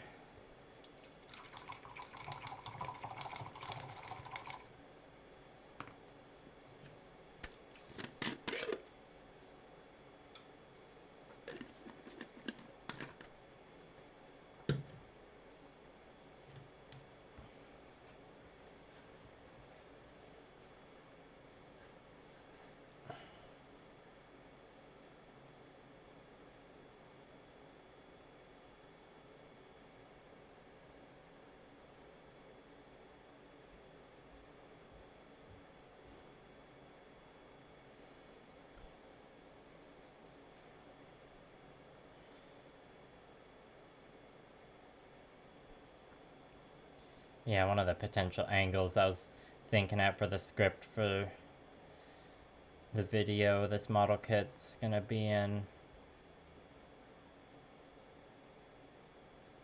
was talking about the harsh truths of hand painting Gunpla. Yeah, one of the things I'd say, which I probably like have said before in a video in some way, is like you'll always get like a better smooth finish with an airbrush,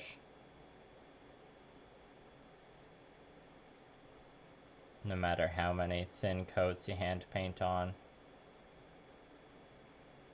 But then another like harsh truth is that like a lot of people are like the cost entry for airbrushing is like prices out a lot of people from doing it. So for a lot of people, hand painting is like the only option, and got to do it out of necessity.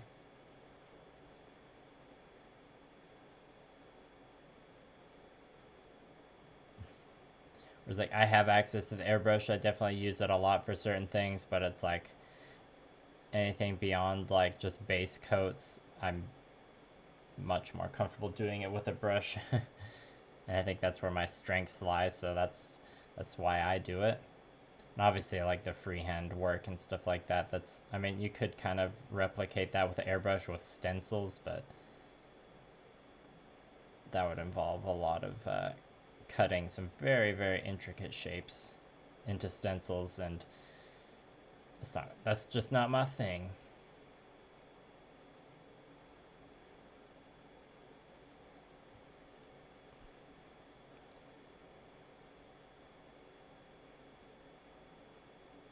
It's also debating weathering this kit once like the decals are on it and stuff. But I don't know. I don't really do much weathering.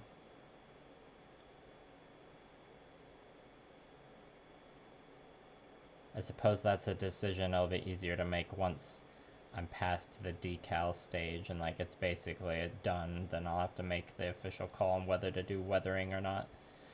You know, the classic dilemma of whether to weather.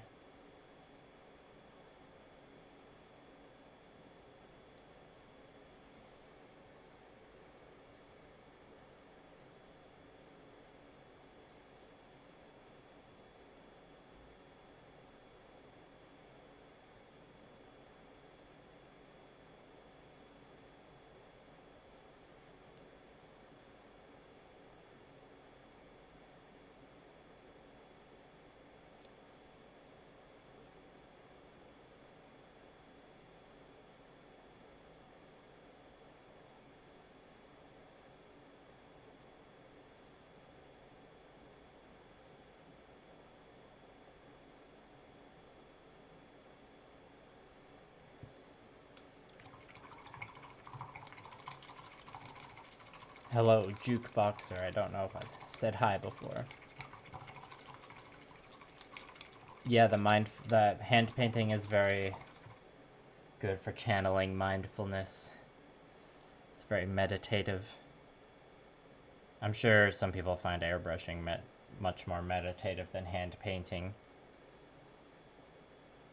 though. Or like masking. Masking I have mixed feelings on, I suppose.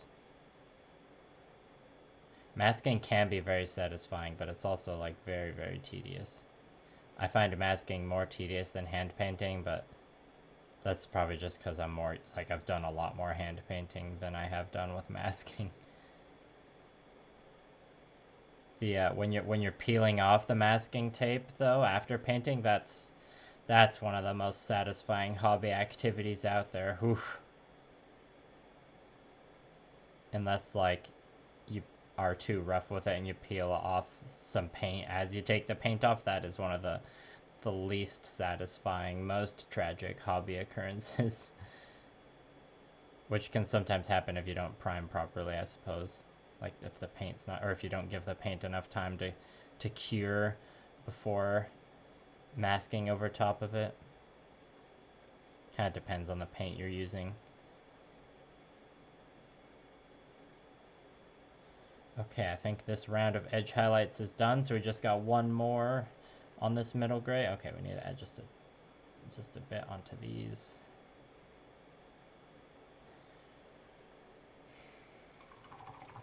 Looking pretty crispy so far.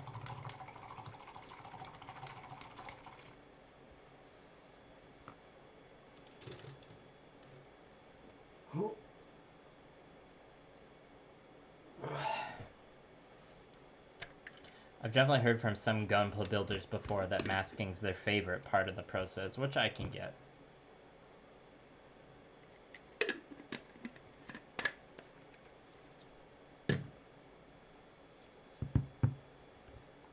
Okay. I'll just pick up this hair that I see on the palette here. Oh, it's stuck. Can I even get it? Oh, there we go. It's generally good practice to remove any hair from your wet palette. Now we're just going to add a drop of white to our medium sea gray for the final highlight on this middle gray.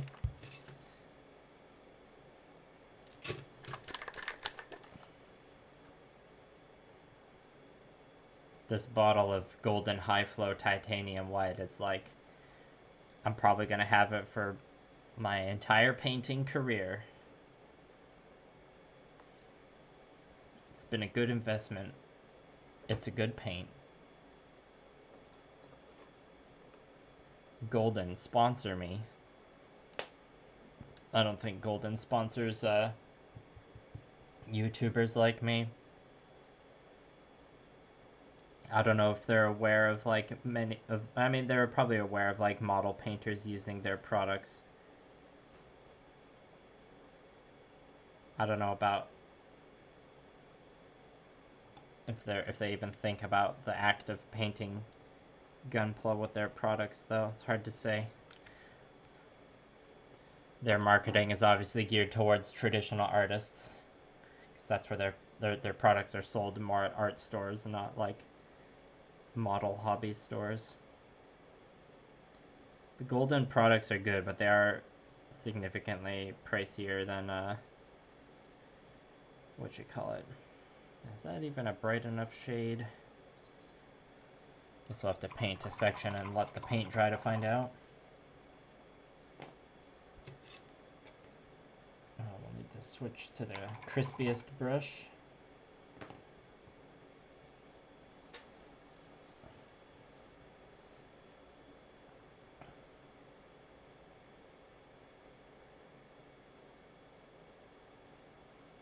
Possibly mixed a bit too much paint on the palette there.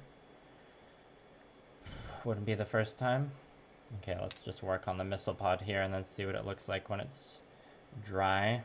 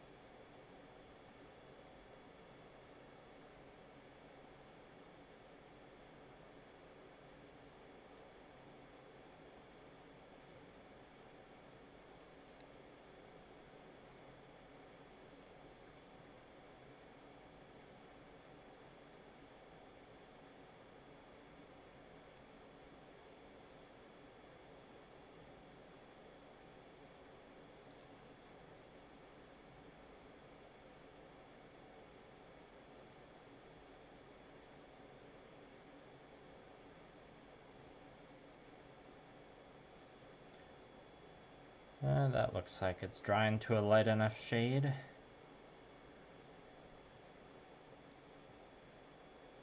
We'll just have to be mindful of the mix as I keep picking it up off the palette.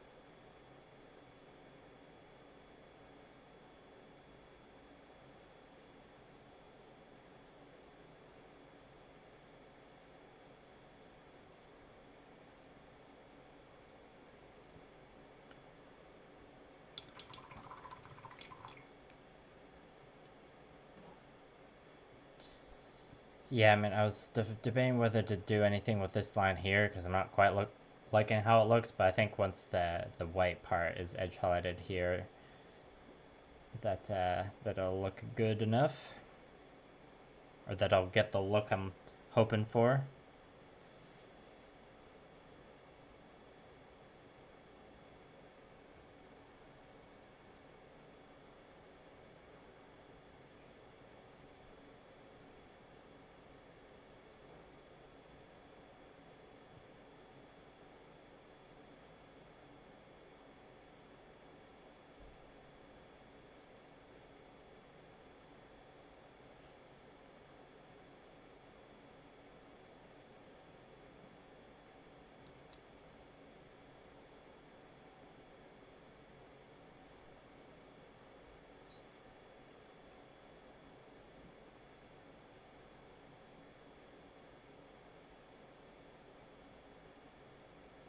And I think this edge we want to go all the way down the line because it's gonna be, in theory, it'll be caught by a lot of the light from above.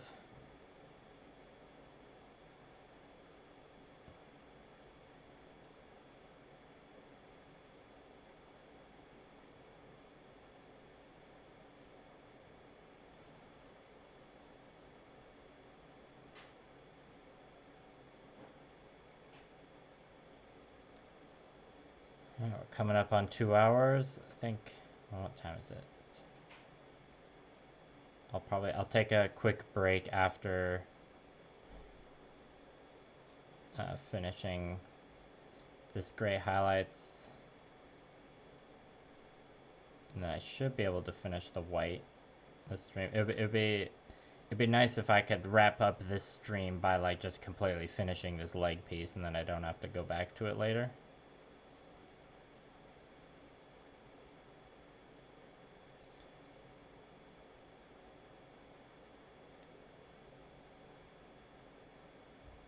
We'll see though. We'll see how I'm feeling once this gray is actually done.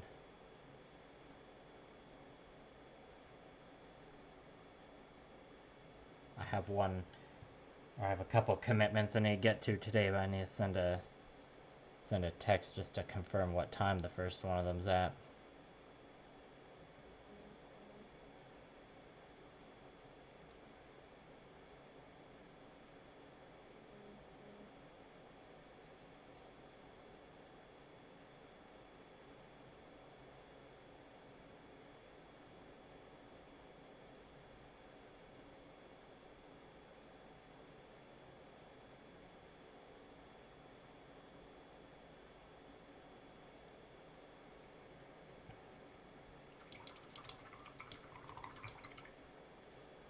Now this inside part of the thigh is not going to catch as much light, so I'm more focusing the highlight on just the corner.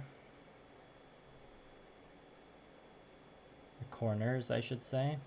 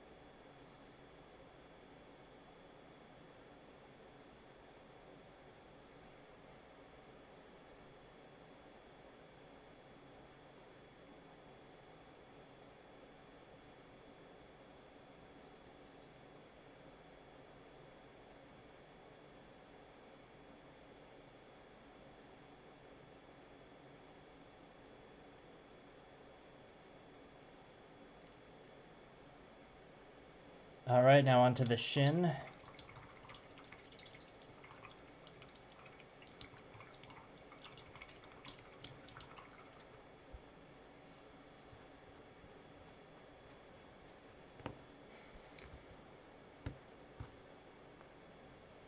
It's fun how on this part of the palette you can see where the paper has like gone into the grooves of the Army Painter logo.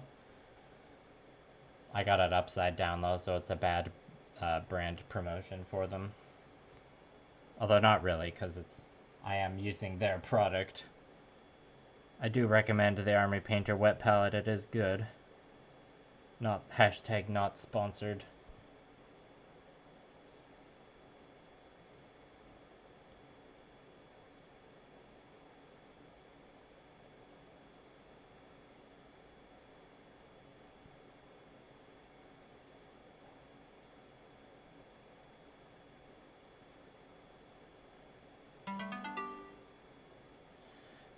Thank you for the $5 super chat, Country Fried Minis. A few buckaroonies for the coffee fund is much appreciated. Glad I could provide some morning entertainment for you.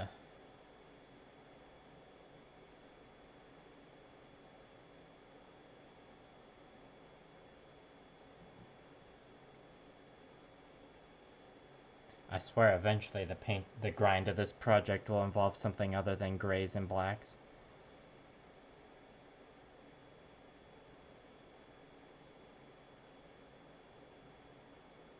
Looking forward to using the decals at the end, because it's been a while since I've used any.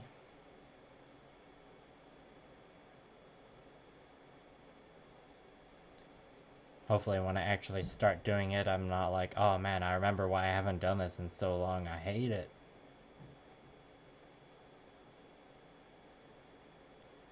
I don't hate the process of water slide decals. I just don't think I'm very good at it. So I suppose I'm looking forward to practicing, is the thing.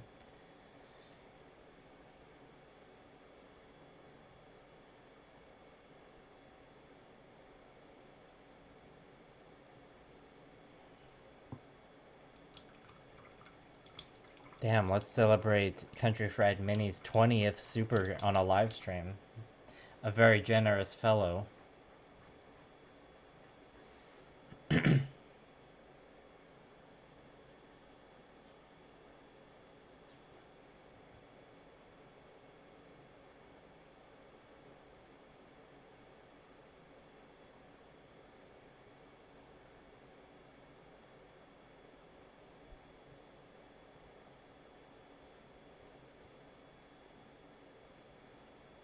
I don't know if I have anything special in mind. I'm more like I've got the decals I have set aside. Actually, I can show them to you when I'll try and remember to do that, or I'll put them next to me so I don't forget. I've got a hodgepodge of like decals from a few different sheets of from projects that I just used a few decals on. Sorry, decals, I keep saying it wrong. That's one of the channel memes, is mispronouncing decals.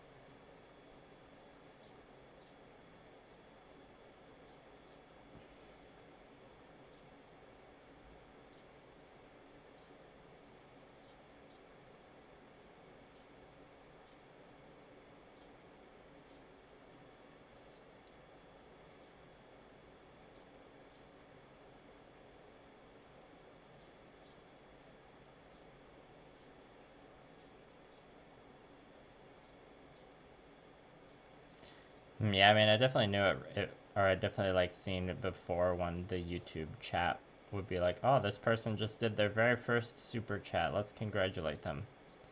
I didn't think it would like keep counting and remind you again when you've done 20. I'm pretty sure decals is the correct way. Like a decal is something else. I don't have Microset Microsol, but I have like the equivalent product that Vallejo makes. It's got like decal fix and decal softener, I believe. It's like the Vallejo equivalent of that exact product. I don't know if I'll use the set or like the surface preparing one, because I'm just gonna when the hand painting is done, I'm just gonna gloss coat the whole project. get nice gloss finish to apply the decals on. Then we'll give everything the good old 2 coats of matte varnish.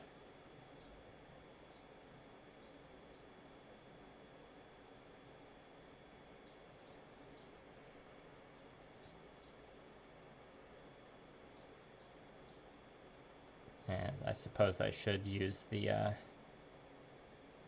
decal softener.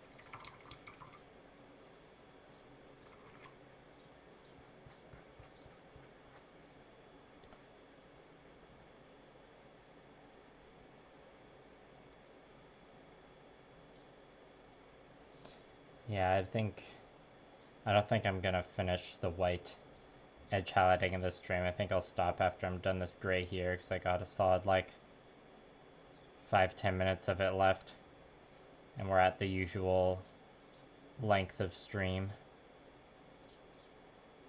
But you know, the edge highlighting process for the white is pretty much the same, so you won't be missing much. And I will of course record part of it for that, for the video B-roll.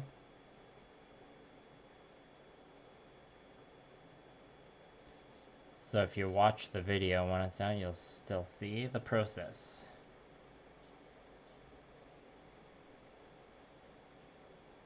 Whoops. Made a little mistakey.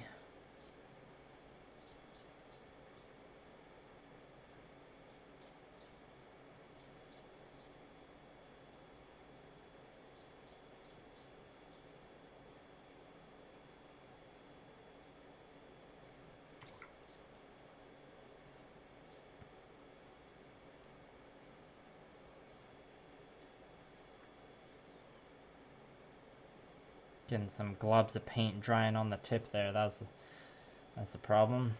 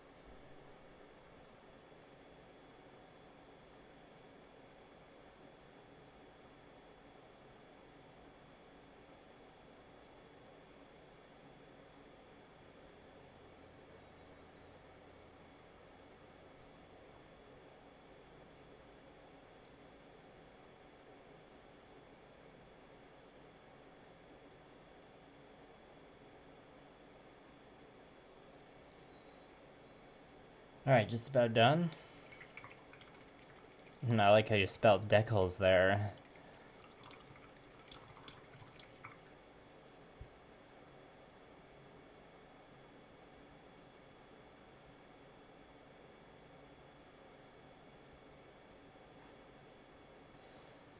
Yeah, putting decals on an action base, that's something I usually don't think of. Some of the decals I've got set aside for this project, I think, were from a third-party action or like hanger display set that came with decals, but it's like it wasn't a very good kit, so I kind of like assembled it. I'm like, I think this is just gonna sit on the shelf unpainted forever now because I don't want to disassemble it because it did not go together very well.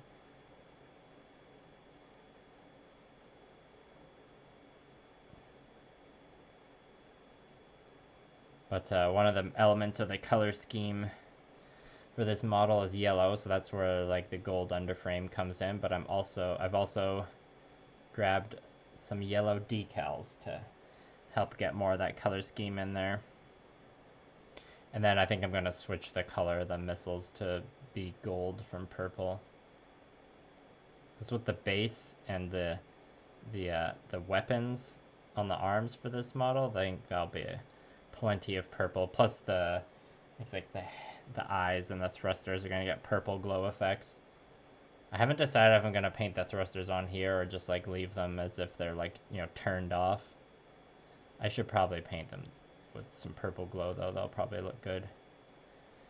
I do enjoy the Iron-Blooded Orphans gimmick where you have thrusters, like forward-facing thrusters on the legs, on the knees for stabilization or whatever. I think it's cool.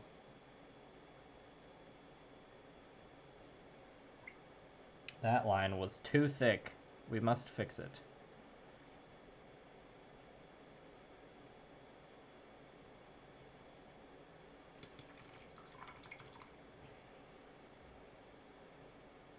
So is this one.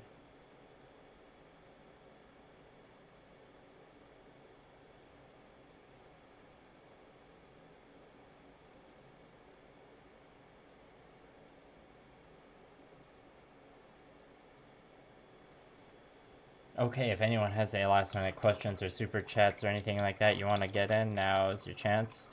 Sorry, RD Chard, you came in just as I was wrapping up the stream, but I'm glad you made it. Oh, here, I'll show off those decals I was talking about before I actually wrap up the stream.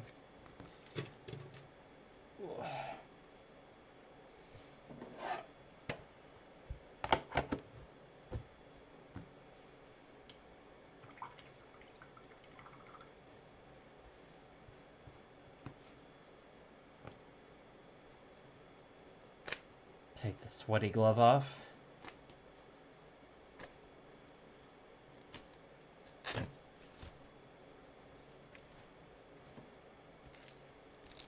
So yeah, we've got literally just a bunch of partially used decal sheets. This is the one that came with that third-party hanger I was talking about, so we'll be using... I don't think we'll be using the weird curved piece or like these pieces down here, the really long ones, but we'll definitely be using these small accents. It's really hard to tell on the camera, these like light ones, but there are some very faint ones here. So I'll be using some yellow ones from there. These Iron-Blooded Orphans sheets, I think, if anything, I'll be using just some of the smaller white ones, and that's probably it on both of these. And then these scraps. I'm glad I could help your workday go by faster, brushes and bits. Thank you for the kind words. Yeah, already charted, at least you can see the decals here.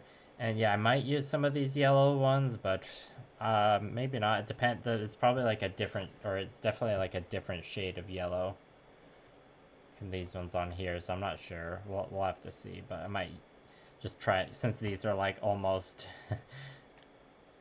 like completely used up, I'm just gonna see if I can, you know, grab a few things off them. But I think we're gonna be sticking to just white and yellow decals. Though we'll see. This will be happening at that'll be like the last stage of customization, basically. Unless I decide to do weathering after. Yep, the long ones could be cut up, but I think I've got enough small ones that I won't need to cut up any long ones.